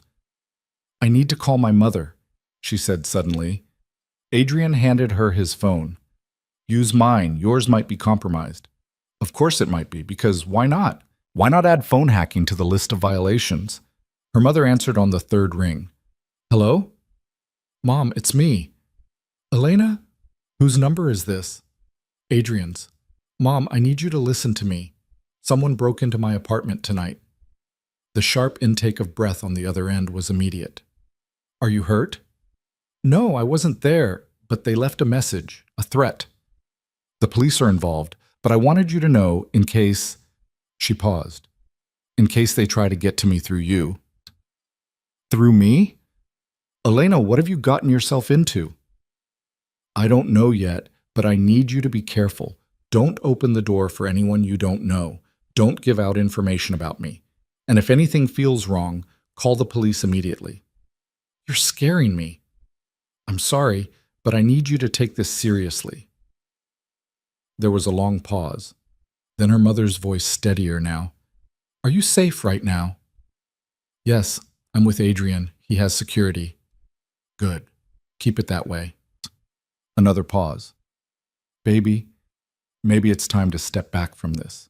From him, before it gets worse." Elena looked at Adrian, who was staring straight ahead, but definitely listening. "I can't do that." "Why not?"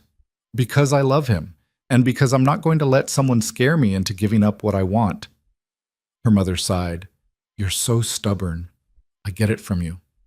"Fair enough. Call me tomorrow. And Elena, be careful." "I will, I promise." When she hung up, Adrian reached for her hand. "Your mother thinks this is my fault. She thinks I should walk away before someone gets hurt." "She's probably right." Elena squeezed his hand. "Probably, but I'm not doing it." They arrived at Vale Industries and took the private elevator up to Adrian's penthouse. It felt different tonight, less like a refuge and more like a fortress. Elena could see the security cameras in the corners, the reinforced locks on the doors, all the little details she'd missed before.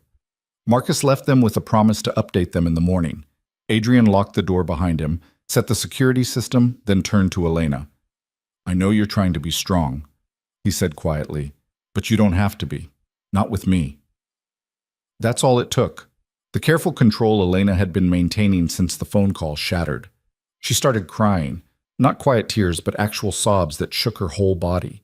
Adrian caught her before she could collapse, carried her to the couch, held her while she fell apart. "I'm sorry," she gasped. "I'm sorry. I just—" "Don't apologize. Just let it out." So she did. She cried for the violation of her apartment, for the fear that had settled in her chest like a stone, for the loss of the simple life she'd thought she wanted. She cried for her mother's worry and James's kindness, and the fact that everything was so complicated and dangerous and wrong. When the tears finally stopped, Elena felt hollow, used up. Adrian was still holding her, one hand stroking her hair with gentle repetition. "Better?" he asked. "Not really, but I'm done crying about it. You're allowed to cry." "I know, but it doesn't change anything. Someone still broke into my apartment. Someone still wants me gone. And I still have to face your family this weekend, like everything's fine." Adrian pulled back enough to look at her. "We can cancel." "Tell them you're not feeling well." That would be running away. That would be being sensible. "Since when do we do sensible?" Elena managed a weak smile. No, we go. We show them I'm not scared, even if I am. You're incredible, you know that? I'm terrified and angry, and I probably smell like crime scene. Still incredible. He kissed her forehead. Come on, let's get you in the shower, then sleep. Everything else can wait until tomorrow. 14. The shower helped. Hot water and expensive soap washed away some of the fear, if not all of it. Elena stood under the spray until her skin turned pink, trying to scrub away the feeling of violation. When she emerged, Adrian had laid out pajamas on the bed, the same t-shirt from the night before, soft and oversized and smelling like him. She pulled it on, crawled under the covers, and waited. Adrian joined her a few minutes later, fresh from his own shower. He pulled her against his chest, wrapped his arms around her like he could physically shield her from the world. I'm going to find out who did this, he said into the darkness, and I'm going to make sure they can't hurt you again. How? I have resources, people who owe me favors. I'll start with the board, see if anyone's made unusual moves in the last few days. Then I'll look at business rivals, anyone who might want to destabilize me by going after you. Elena traced patterns on his chest, thinking, what if it's not about business? What do you mean? What if it's personal? What if someone just doesn't like me? Doesn't think I belong in your world? Then they're about to learn that their opinion doesn't matter. Adrian's arms tightened.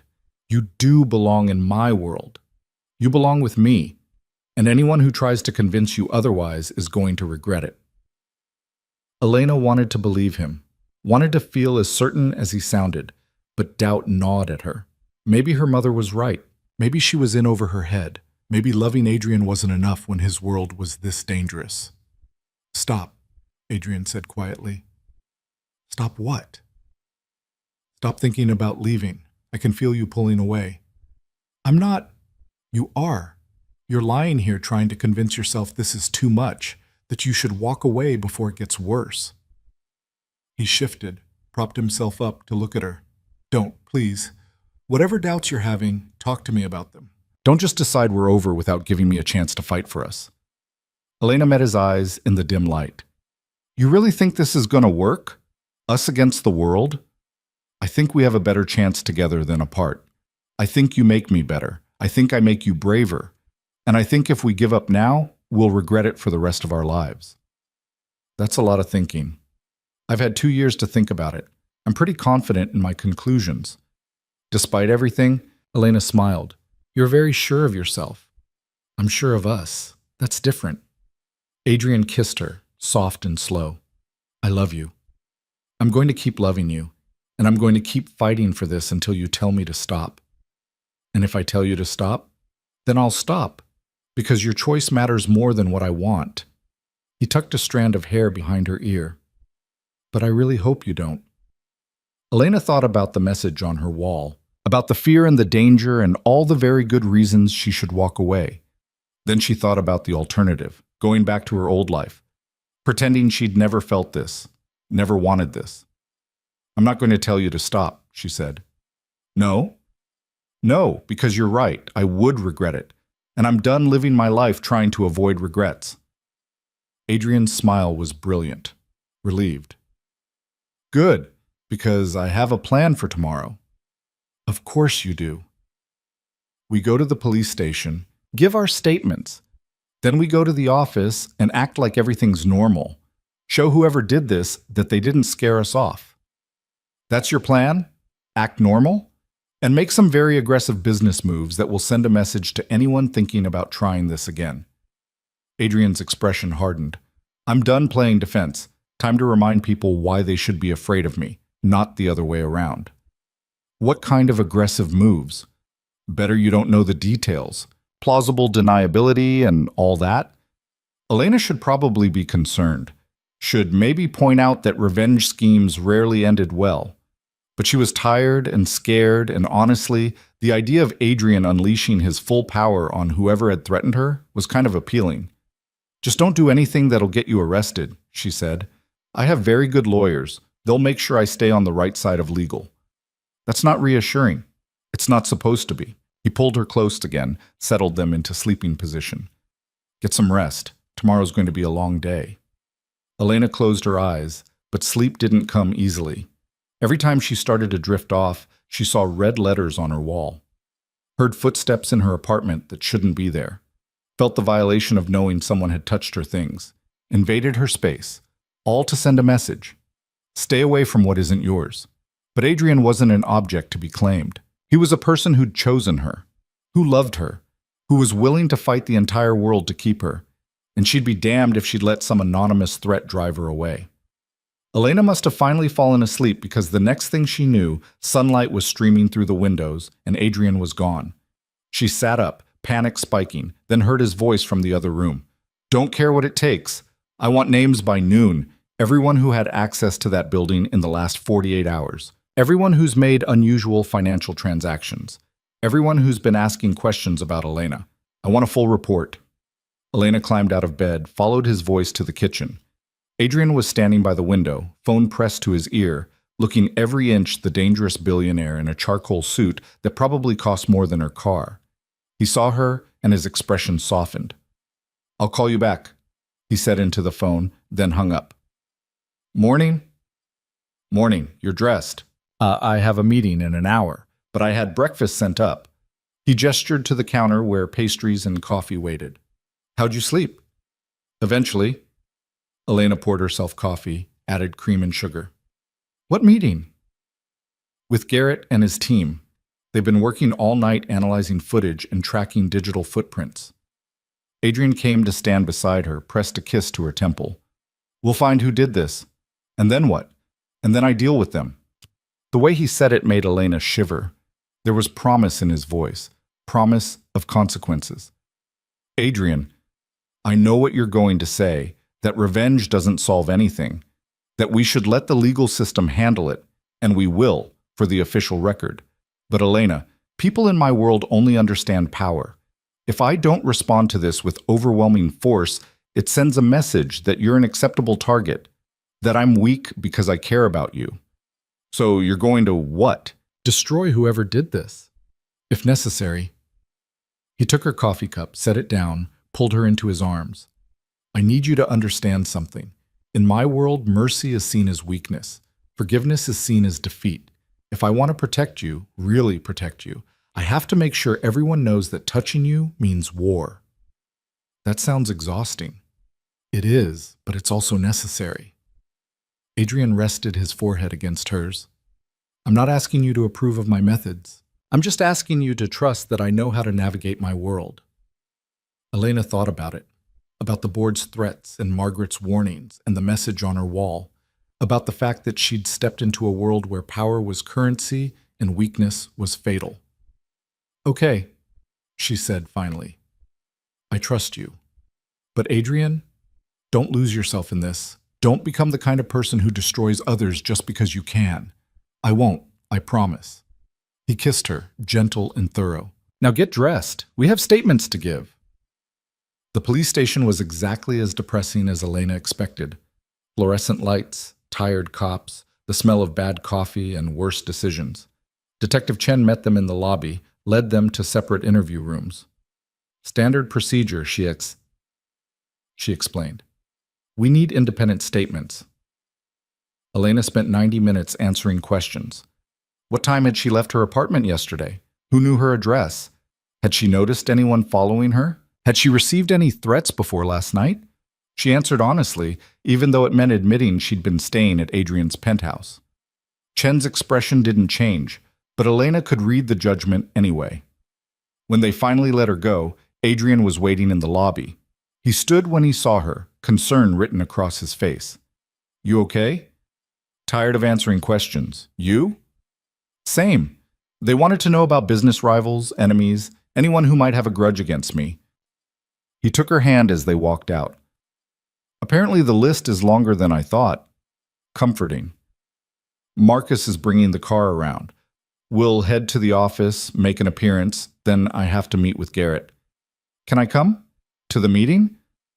Adrian stopped walking. You want to sit in on a security briefing? I want to know what's happening. This is my life they're investigating. I should be part of the conversation. For a moment, she thought he'd argue. Then he nodded. Okay, you're right. You should be there. The meeting was in a conference room Elena had never seen before, smaller than the others, no windows, soundproofed walls. Garrett was already there when they arrived, along with two people Elena didn't recognize. Garrett himself was exactly what she'd pictured, ex-military bearing, close-cropped hair going gray, eyes that cataloged everything. He stood when they entered. Mr. Vale, Miss Cross? Garrett, what do you have? Garrett pulled up a series of photos on the screen. The break-in was professional. Clean entry, no prints, they knew where the cameras were and how to avoid them. Whoever did this has done this before. So we're looking at a professional? Adrian asked. Possibly, or someone with access to professional resources. Garrett clicked to another image. Elena's building at night, a figure in a hoodie approaching the fire escape. This is from a camera across the street, best shot we got. But see here? He zoomed in. The gate, the build. This is a woman. 5'6", athletic build, knows how to move without drawing attention. Elena stared at the blurry figure. A woman. For some reason, that made it worse. Can you identify her? Adrian asked. Not from this footage, but we're running facial recognition on everyone who entered and exited the building in the 48 hours before the break-in. We're also tracking the paint used for the message. It's a specific brand, expensive, sold primarily to art stores and professional painters. So we're looking for a professional with art supplies, Elena said. That narrows it down. It's a start. Garrett clicked to another screen, this one showing a list of names. We also analyzed Ms. Cross's phone records. The threatening texts came from a burner, but they were sent from cell towers in Midtown, specifically within 6 blocks of Vale Industries. Adrian's expression went cold. Someone from the company, possibly, or someone who spends a lot of time near the company. Garrett highlighted several names on the list. These are people who had both access to Ms. Cross's personal information and were in the area when the texts were sent.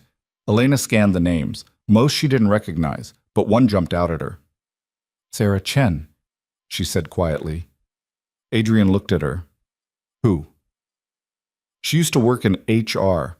I had to fire her about 6 months ago for falsifying expense reports. She didn't take it well, threatened to sue, said I'd regret it. Elena felt sick. I thought she was just angry. I didn't think, we'll look into her, Garrett said, making a note. Anyone else? Margaret Joe, Adrian said flatly. Elena turned to stare at him. You think a board member broke into my apartment? I think Margaret has resources and motivation. She wants you gone. This would be an effective way to accomplish that. But she came to my office, offered me money to leave. Why would she do that if she was planning to threaten me anyway? Because Margaret always has multiple strategies running simultaneously. The carrot and the stick. Adrian looked at Garrett. Check her movements yesterday. See if there's anything unusual. The meeting continued for another hour. They discussed security protocols, surveillance upgrades, potential suspects. By the end, Elena's head was spinning with information and possibilities. When Garrett and his team finally left, Elena slumped in her chair. This is insane. This is thorough, Adrian corrected. We're not taking any chances. Adrian, we're investigating board members and ex-employees and I don't even know who else. This is paranoia. This is survival. He came to kneel in front of her chair. Someone threatened you, violated your home. I'm not going to wait for them to escalate before we figure out who it is.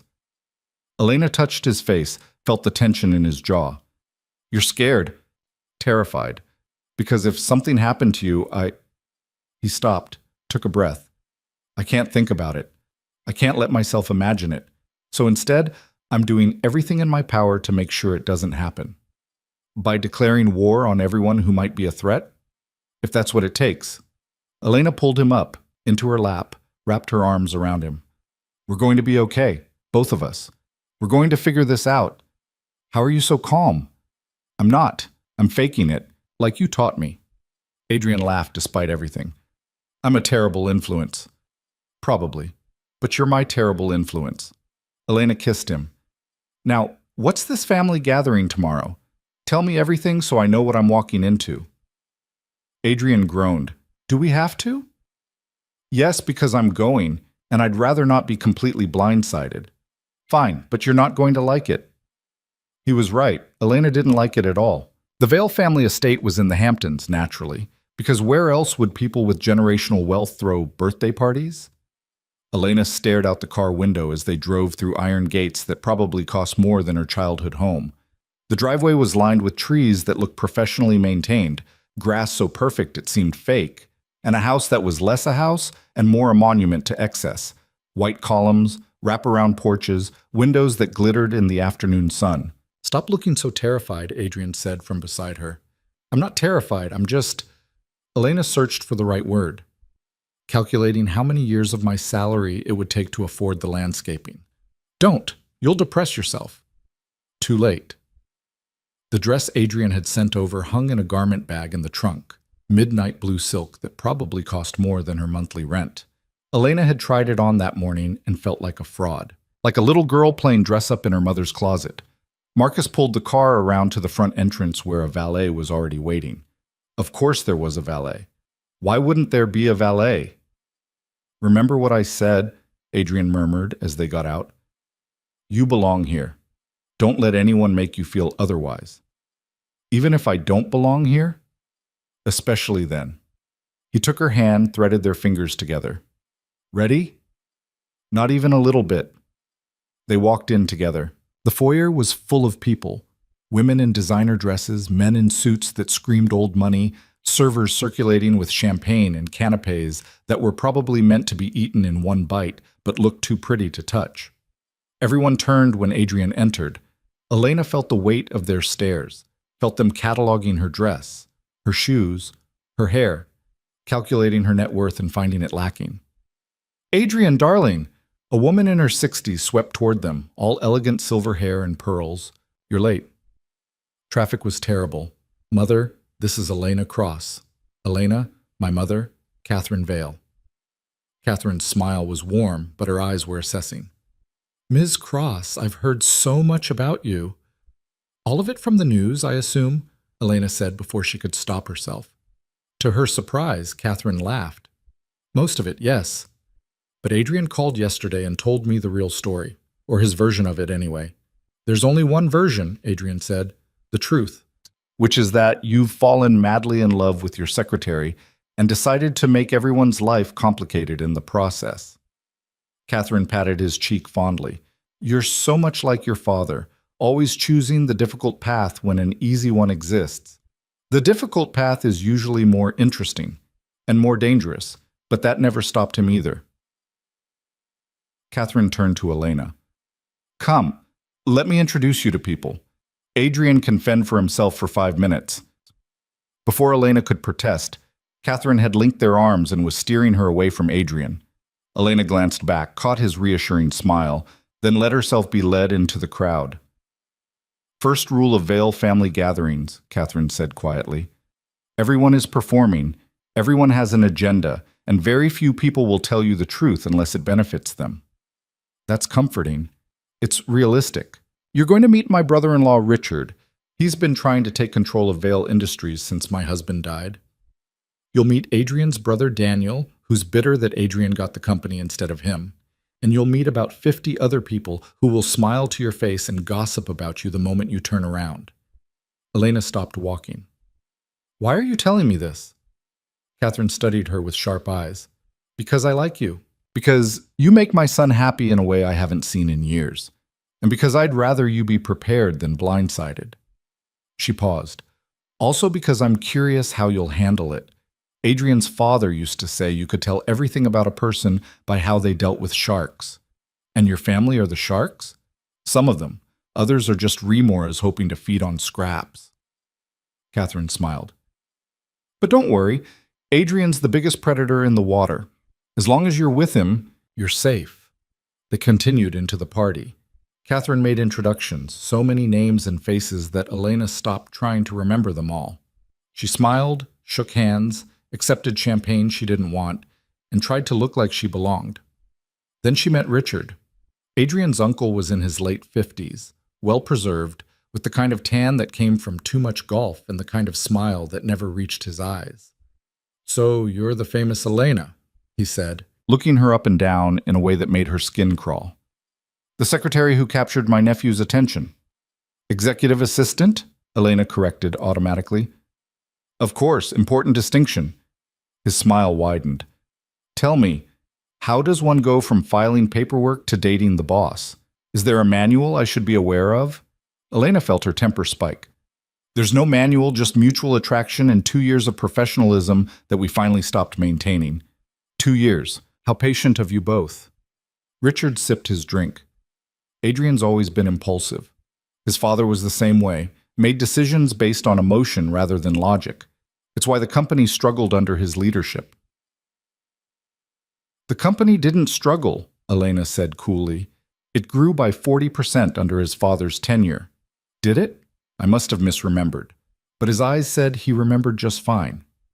Well, enjoy the party, my dear. I'm sure we'll be seeing much more of each other. Assuming you last, of course. He walked away before Elena could respond. She stood there, gripping her champagne glass so tight she worried it might shatter. That's Uncle Richard, said a voice beside her. Professional asshole, don't take it personally. Elena turned to find a younger version of Adrian. Same eyes, same build, but with a harder edge and a smile that suggested he enjoyed other people's discomfort. Daniel, he said, extending his hand, the disappointing brother. Elena, the controversial girlfriend. Oh, I like you already. Daniel grinned. Walk with me. Let's escape these people for a minute. Elena hesitated, but something in his expression suggested genuine friendliness. She followed him out onto a terrace overlooking the ocean. Fair warning, Daniel said, leaning against the railing. I'm about to tell you things that will make you question your relationship. Not because I'm trying to break you up, but because you deserve to know what you're getting into. I already know it's complicated. Complicated doesn't begin to cover it. Daniel lit a cigarette, offered her one. She declined. Adrian and I used to be close, when we were kids, before Dad died and everything went to hell. He was the responsible one. I was the screw-up. Classic dynamic. What happened? Dad left everything to Adrian, the company, the money, the legacy, left me a trust fund and a board seat I never wanted. Daniel exhaled smoke. I was angry for a long time. Felt like Dad was saying Adrian was worth more, that I wasn't good enough. That must have hurt. It did. Still does sometimes. He looked at her. But here's the thing. Adrian didn't ask for it. Didn't want the pressure or the responsibility or the weight of carrying on Dad's legacy. He did it anyway because that's who he is. He does what's expected, even when it kills him.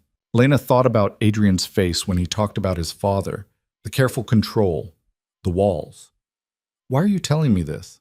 Because you're going to see a lot of people tonight who resent Adrian, who think he doesn't deserve what he has, or that he's too young, or too ruthless, or whatever story they tell themselves.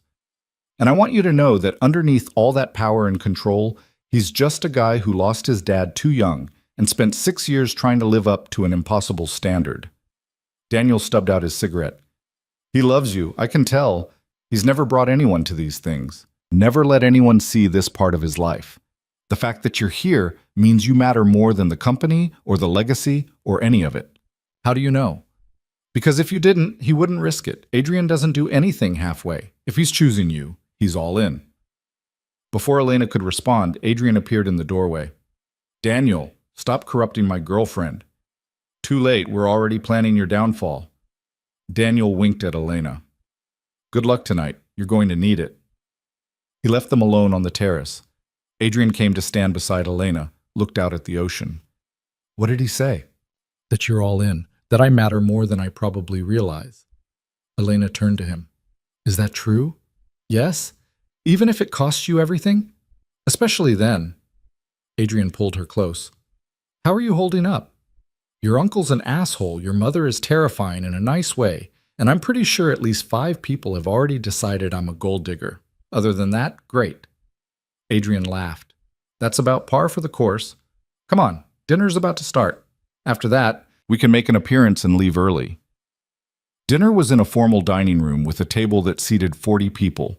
Elena found herself between Adrian and Catherine, which was probably strategic placement to keep her away from the sharks. The meal was exactly what she expected. Too many courses, too much wine, and conversation that was equal parts boring and calculated.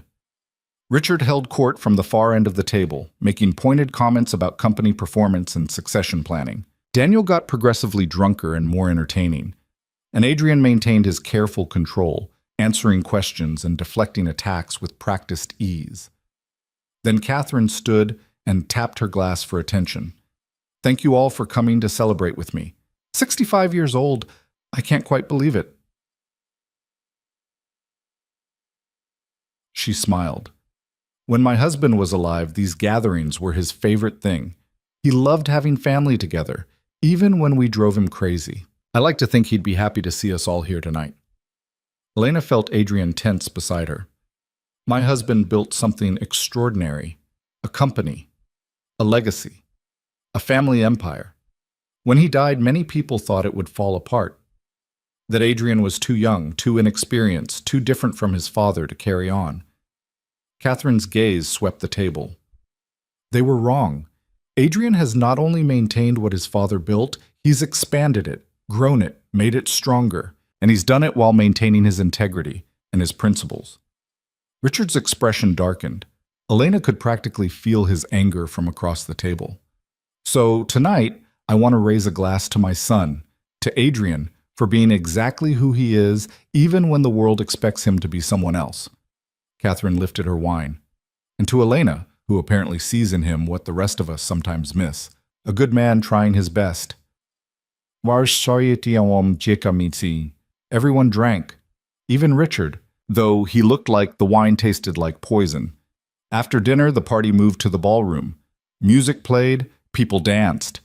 Elena stood by the windows and watched the ocean crash against the shore while Adrian navigated conversations with people who clearly wanted something from him.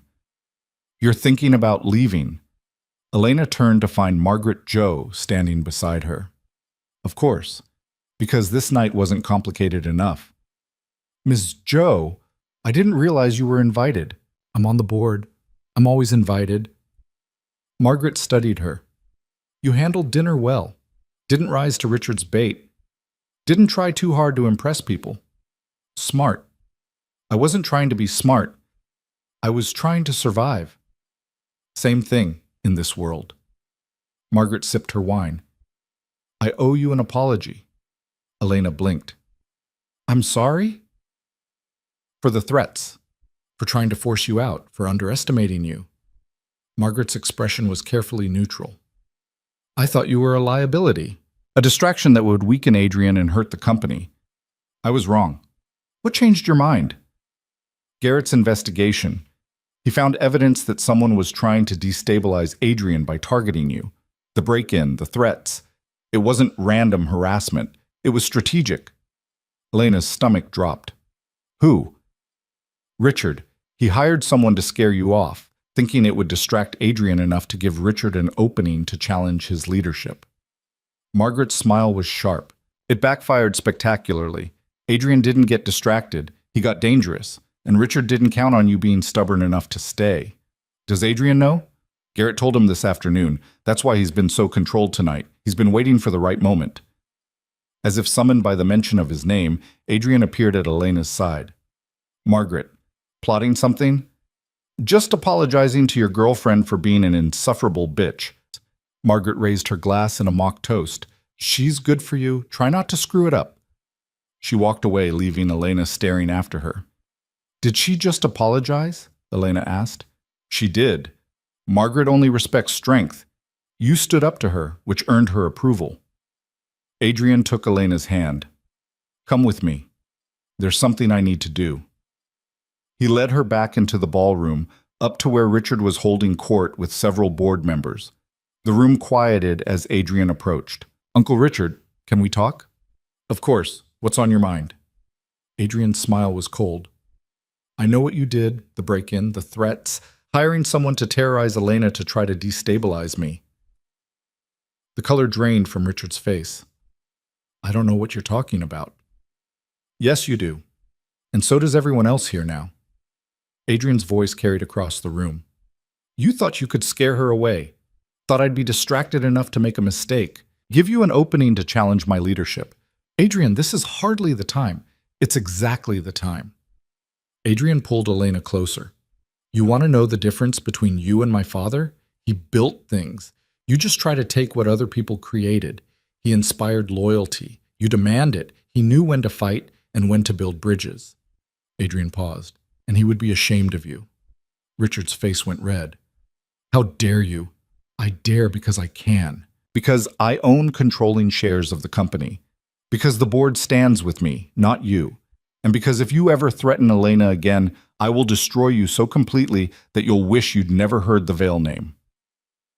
The room was utterly silent. Now get out, Adrian said quietly. You're not welcome here anymore.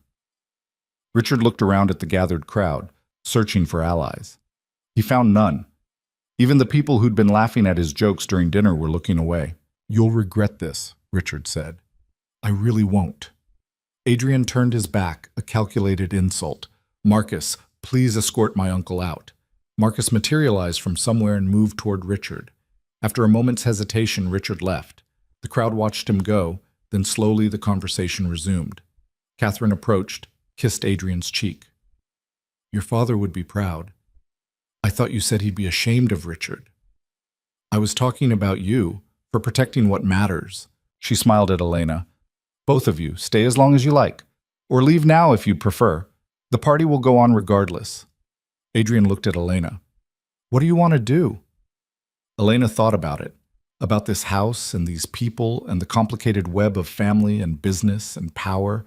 About Richard's threats and Margaret's apology and Catherine's knowing smile. I want to dance, she said. One dance, then we can go home. Adrian pulled her onto the dance floor. The music was slow, classical, the kind of thing that required actual skill to dance to properly. Elena didn't care. She let Adrian lead, let herself be held, and tried to remember this moment, the feeling of being exactly where she belonged. Thank you, Adrian said quietly. For what? For staying, for standing up to Richard, for being here even though you're terrified and this is all insane. You stood up to Richard, I just watched. You being here gave me the courage to do it. Knowing you'd chosen me despite everything, that mattered more than any business strategy. Adrian pulled her closer. I love you, and I'm going to keep loving you even when my family is terrible, and the board is plotting, and the world thinks we're crazy. The world definitely thinks we're crazy. Then we'll be crazy together. They danced until the song ended. Then they said their goodbyes, got in the car, and drove back to the city while Elena stared out the window and processed everything that had happened. Richard's going to retaliate, she said finally. Probably, but not effectively. I've already started moving pieces to counter whatever he tries. Adrian reached for her hand. Garrett's team collected enough evidence to press charges for the break-in. The police arrested the woman Richard hired this afternoon. Elena sat up straighter. What? When were you going to tell me? I just did. It happened while we were at dinner. Detective Chen called. They got a confession. The woman admitted Richard paid her $50,000 to scare you off. $50,000. That's what my safety was worth to him. That's what his desperation was worth. There's a difference. Adrian squeezed her hand. It's over, Elena. The immediate threat is gone. Richard's done. And we can finally breathe. But Elena wasn't sure she believed that. Nothing in Adrian's world seemed to ever be truly over, just paused until the next crisis. They got back to the penthouse late. Elena kicked off her heels, unzipped the expensive dress, and changed into Adrian's t-shirt. He'd already discarded his suit jacket and tie, was pouring them both wine. I need to tell you something, Elena said, accepting the glass. That sounds ominous. I talked to my old boss yesterday, from before Vale Industries. He called to check on me after seeing the news. Elena took a sip of wine for courage. He offered me my old job back, said if things got too complicated, I had an out. Adrian's expression didn't change. And I told him no, obviously, but Adrian, I need you to understand something. Elena set down her wine, took his hands. I'm choosing this. Choosing you. Choosing the complications and the danger and your terrible family and all of it, but I'm also scared. I'm scared that one day you're going to wake up and realize I'm not worth the trouble. That's never going to happen. You don't know that. People change. Situations change. What if Adrian kissed her, cutting off the spiral of doubt? When he pulled back, his eyes were intense. Listen to me. You're worth every single complication, every fight with the board, every threat from my uncle, every moment of fear and doubt and chaos. You make me better.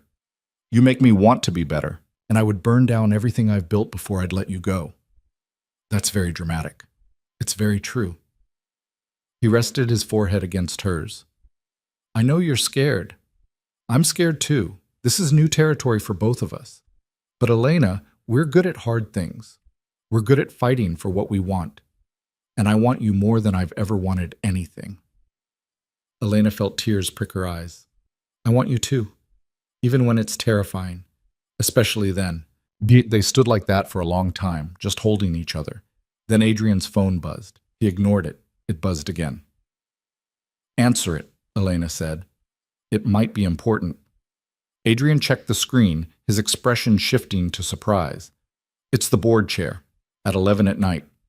He answered on speaker. Margaret. Adrian, I'm calling an emergency board meeting for Monday morning. We need to address the Richard situation formally. What's to address? He committed a crime. He's out. It's not that simple. He still holds shares. He still has allies. If we don't handle this correctly, he could cause real damage. Margaret paused. I'm proposing we buy him out, force him to sell his shares and sever all ties to the company, but it'll require a unanimous board vote. You have my vote. But why are you calling now? Because I wanted you to know I'm on your side. What Richard did was inexcusable, and what you did tonight, standing up to him publicly, protecting Ms. Cross, that showed real leadership, the kind the company needs. Adrian met Elena's eyes. Thank you, Margaret. Don't thank me. Just don't screw this up. The board is watching you both closely. One more scandal and even I won't be able to protect you. She hung up. Elena sank onto the couch. Did Margaret Jo just become our ally? Apparently, though with Margaret, alliances are always conditional. She supports us as long as we're good for the company. And if we're not? Then she'll turn on us just as quickly. Adrian sat beside her, pulled her against his side. But for now, we have breathing room. Richard's out. The immediate threat is gone. We can actually focus on being together instead of constantly fighting. What does that look like? Being together without the crisis? Adrian considered it. I have no idea. I've never done the normal relationship thing. Neither have I. Not really. Elena traced patterns on his chest. We could try, though. Figure it out as we go. Dinner dates? Movie nights? Meeting each other's friends? Terrifying. All of it. Want to do it anyway? Elena thought about everything they'd been through. The kiss in Midtown, the press conference, the break-in, the party tonight, all the fear and chaos and impossible situations they'd navigated together. Yeah, she said. I want to do it anyway. 3 months later, Elena stood in front of the mirror in Adrian's bathroom and stared at the positive pregnancy test in her hand. This was not part of the plan. They'd been careful. Mostly careful. Okay, occasionally careful, but still. This was not supposed to happen yet. They were still figuring out how to be a normal couple, still navigating the board's scrutiny and the press attention and the general insanity of their relationship. A baby was not part of the equation. Elena heard the front door open, Adrian's voice calling out that he was home. She took a breath, walked out of the bathroom, and found him in the kitchen making coffee. Hey, he said, smiling. How was your day? Complicated. We need to talk. Adrian's smile faded. That's never good. What's wrong? Elena held up the test. Adrian stared at it for a long moment. Then he set down his coffee mug very carefully. Is that? Yes. You're pregnant. Yes. He continued to stare. Elena couldn't read his expression. Couldn't tell if he was happy or terrified or angry or what. Say something, she said. I'm going to be a father. Yes.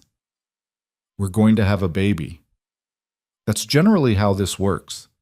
Adrian crossed to her in 2 strides, pulled her into his arms, and kissed her like she was the most precious thing in the world. We're having a baby, he said against her lips. You're not upset? Upset? Elena, this is... He pulled back, cupped her face in his hands. This is the best news I've ever gotten. We're going to have a family, a real family. Elena felt tears slip down her cheeks. I thought you'd be angry, or scared, or... I am scared, terrified, actually.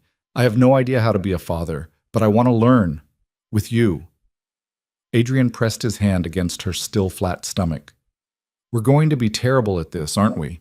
Absolutely terrible, but we'll figure it out, like we figure everything else out. Exactly like that. They stood in the kitchen holding each other while the coffee got cold and the city hummed outside their windows.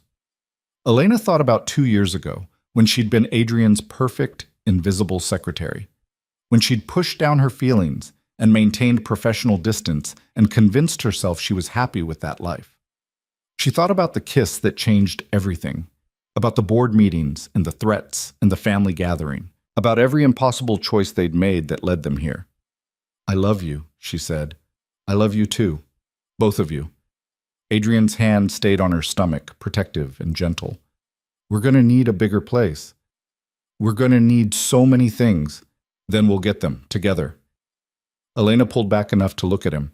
Your board is going to lose their minds. Let them. They've survived everything else we've thrown at them. Your mother is going to be impossible. She's going to be thrilled. First grandchild. Adrian smiled. We should tell her soon, before the press finds out. How would the press find out? The press finds out everything. It's like their job or something. Elena laughed, felt some of the fear ease. When did this become our normal? Worrying about press coverage of our pregnancy? When I kissed you on a midtown sidewalk and decided I didn't care who saw. Adrian pulled her close again. Best decision I ever made. Even with all the complications? Especially with all the complications. Because the complications brought us here. To this moment. To building a life together that's messy and imperfect and absolutely nothing like I planned. And you're okay with that? Adrian kissed her, slow and thorough and full of promise. I'm more than okay with it. I'm happy. Really, genuinely happy. For the first time in I don't know how long. Elena thought about happiness. About how she'd spent years chasing success and stability and the approval of people who didn't really see her. About how loving Adrian had taught her that happiness wasn't about having the perfect life. It was about finding someone who made the imperfect life worth living. Me too, she said. I'm happy too. 6 months later, Elena sat in the nursery they'd built in their new apartment, the one with enough space for a baby and an office for her and a home gym for Adrian and all the messy reality of a growing family. Her hands rested on her very pregnant belly while she read contracts and answered emails and somehow managed to still do her job despite being approximately the size of a house. Adrian appeared in the doorway, holding takeout bags. You're supposed to be resting. I am resting. I'm sitting down. You're working. That's not resting. I'm reading, which requires minimal physical effort. Elena saved her document, closed her laptop. What'd you bring? Thai food from that place you love. Extra spring rolls because the baby apparently requires them. The baby requires many things. Spring rolls are among them. Adrian sat beside her on the couch they'd bought specifically for this room, big enough for nursing and story time and all the things they'd read about in baby books. He unpacked the food, handed her chopsticks, and they ate in comfortable silence. I have news, Adrian said finally. Good news or complicated news? Both. The board approved my proposal. I'm stepping down as CEO. Elena nearly dropped her spring roll. What? Not completely stepping down, staying on as chairman, but hiring someone else to run day-to-day operations. Adrian took her hand. I've spent 6 years building this company, putting in 80-hour weeks, sacrificing everything for growth and profit and meeting my father's impossible standards. And I'm done. I want time with you, with our baby, with the life we're building. Adrian, that company is not more important than you, not more important than our family. I thought it was. For a long time, I thought the company was all I had, all I was worth. He rested his hand on her belly. But you taught me I was wrong, that I'm worth more than my business success, that being a good partner, a good father, that matters more than any board meeting or deal. Elena felt tears well up. Pregnancy hormones made her cry at everything, but this felt different. This felt important. You're sure? I'm sure. I've already identified a replacement, someone I trust to run the company without destroying what we've built. I'll still be involved, still have control over major decisions. But the daily grind, the constant pressure, I'm done with it. What will you do instead? Adrian smiled. I don't know. Figure it out with you. Maybe start a smaller venture. Maybe invest in new companies. Maybe just take time to be human instead of a business machine. He kissed her forehead. The point is, I get to choose. We get to choose. Together. Elena leaned against him, felt their baby kick against her ribs. I never thought I'd hear you say you were stepping back from Vale Industries. Neither did I. But priorities change. I changed because of you. Don't put that all on me. You chose this. I did. Because you showed me it was possible. Showed me there was more to life than being what everyone expected. Adrian's hand traced circles on her stomach. Our daughter is going to grow up knowing her father was there. Really there. Not just when it was convenient or when he could fit her into his schedule. Daughter? You think it's a girl? Call it intuition.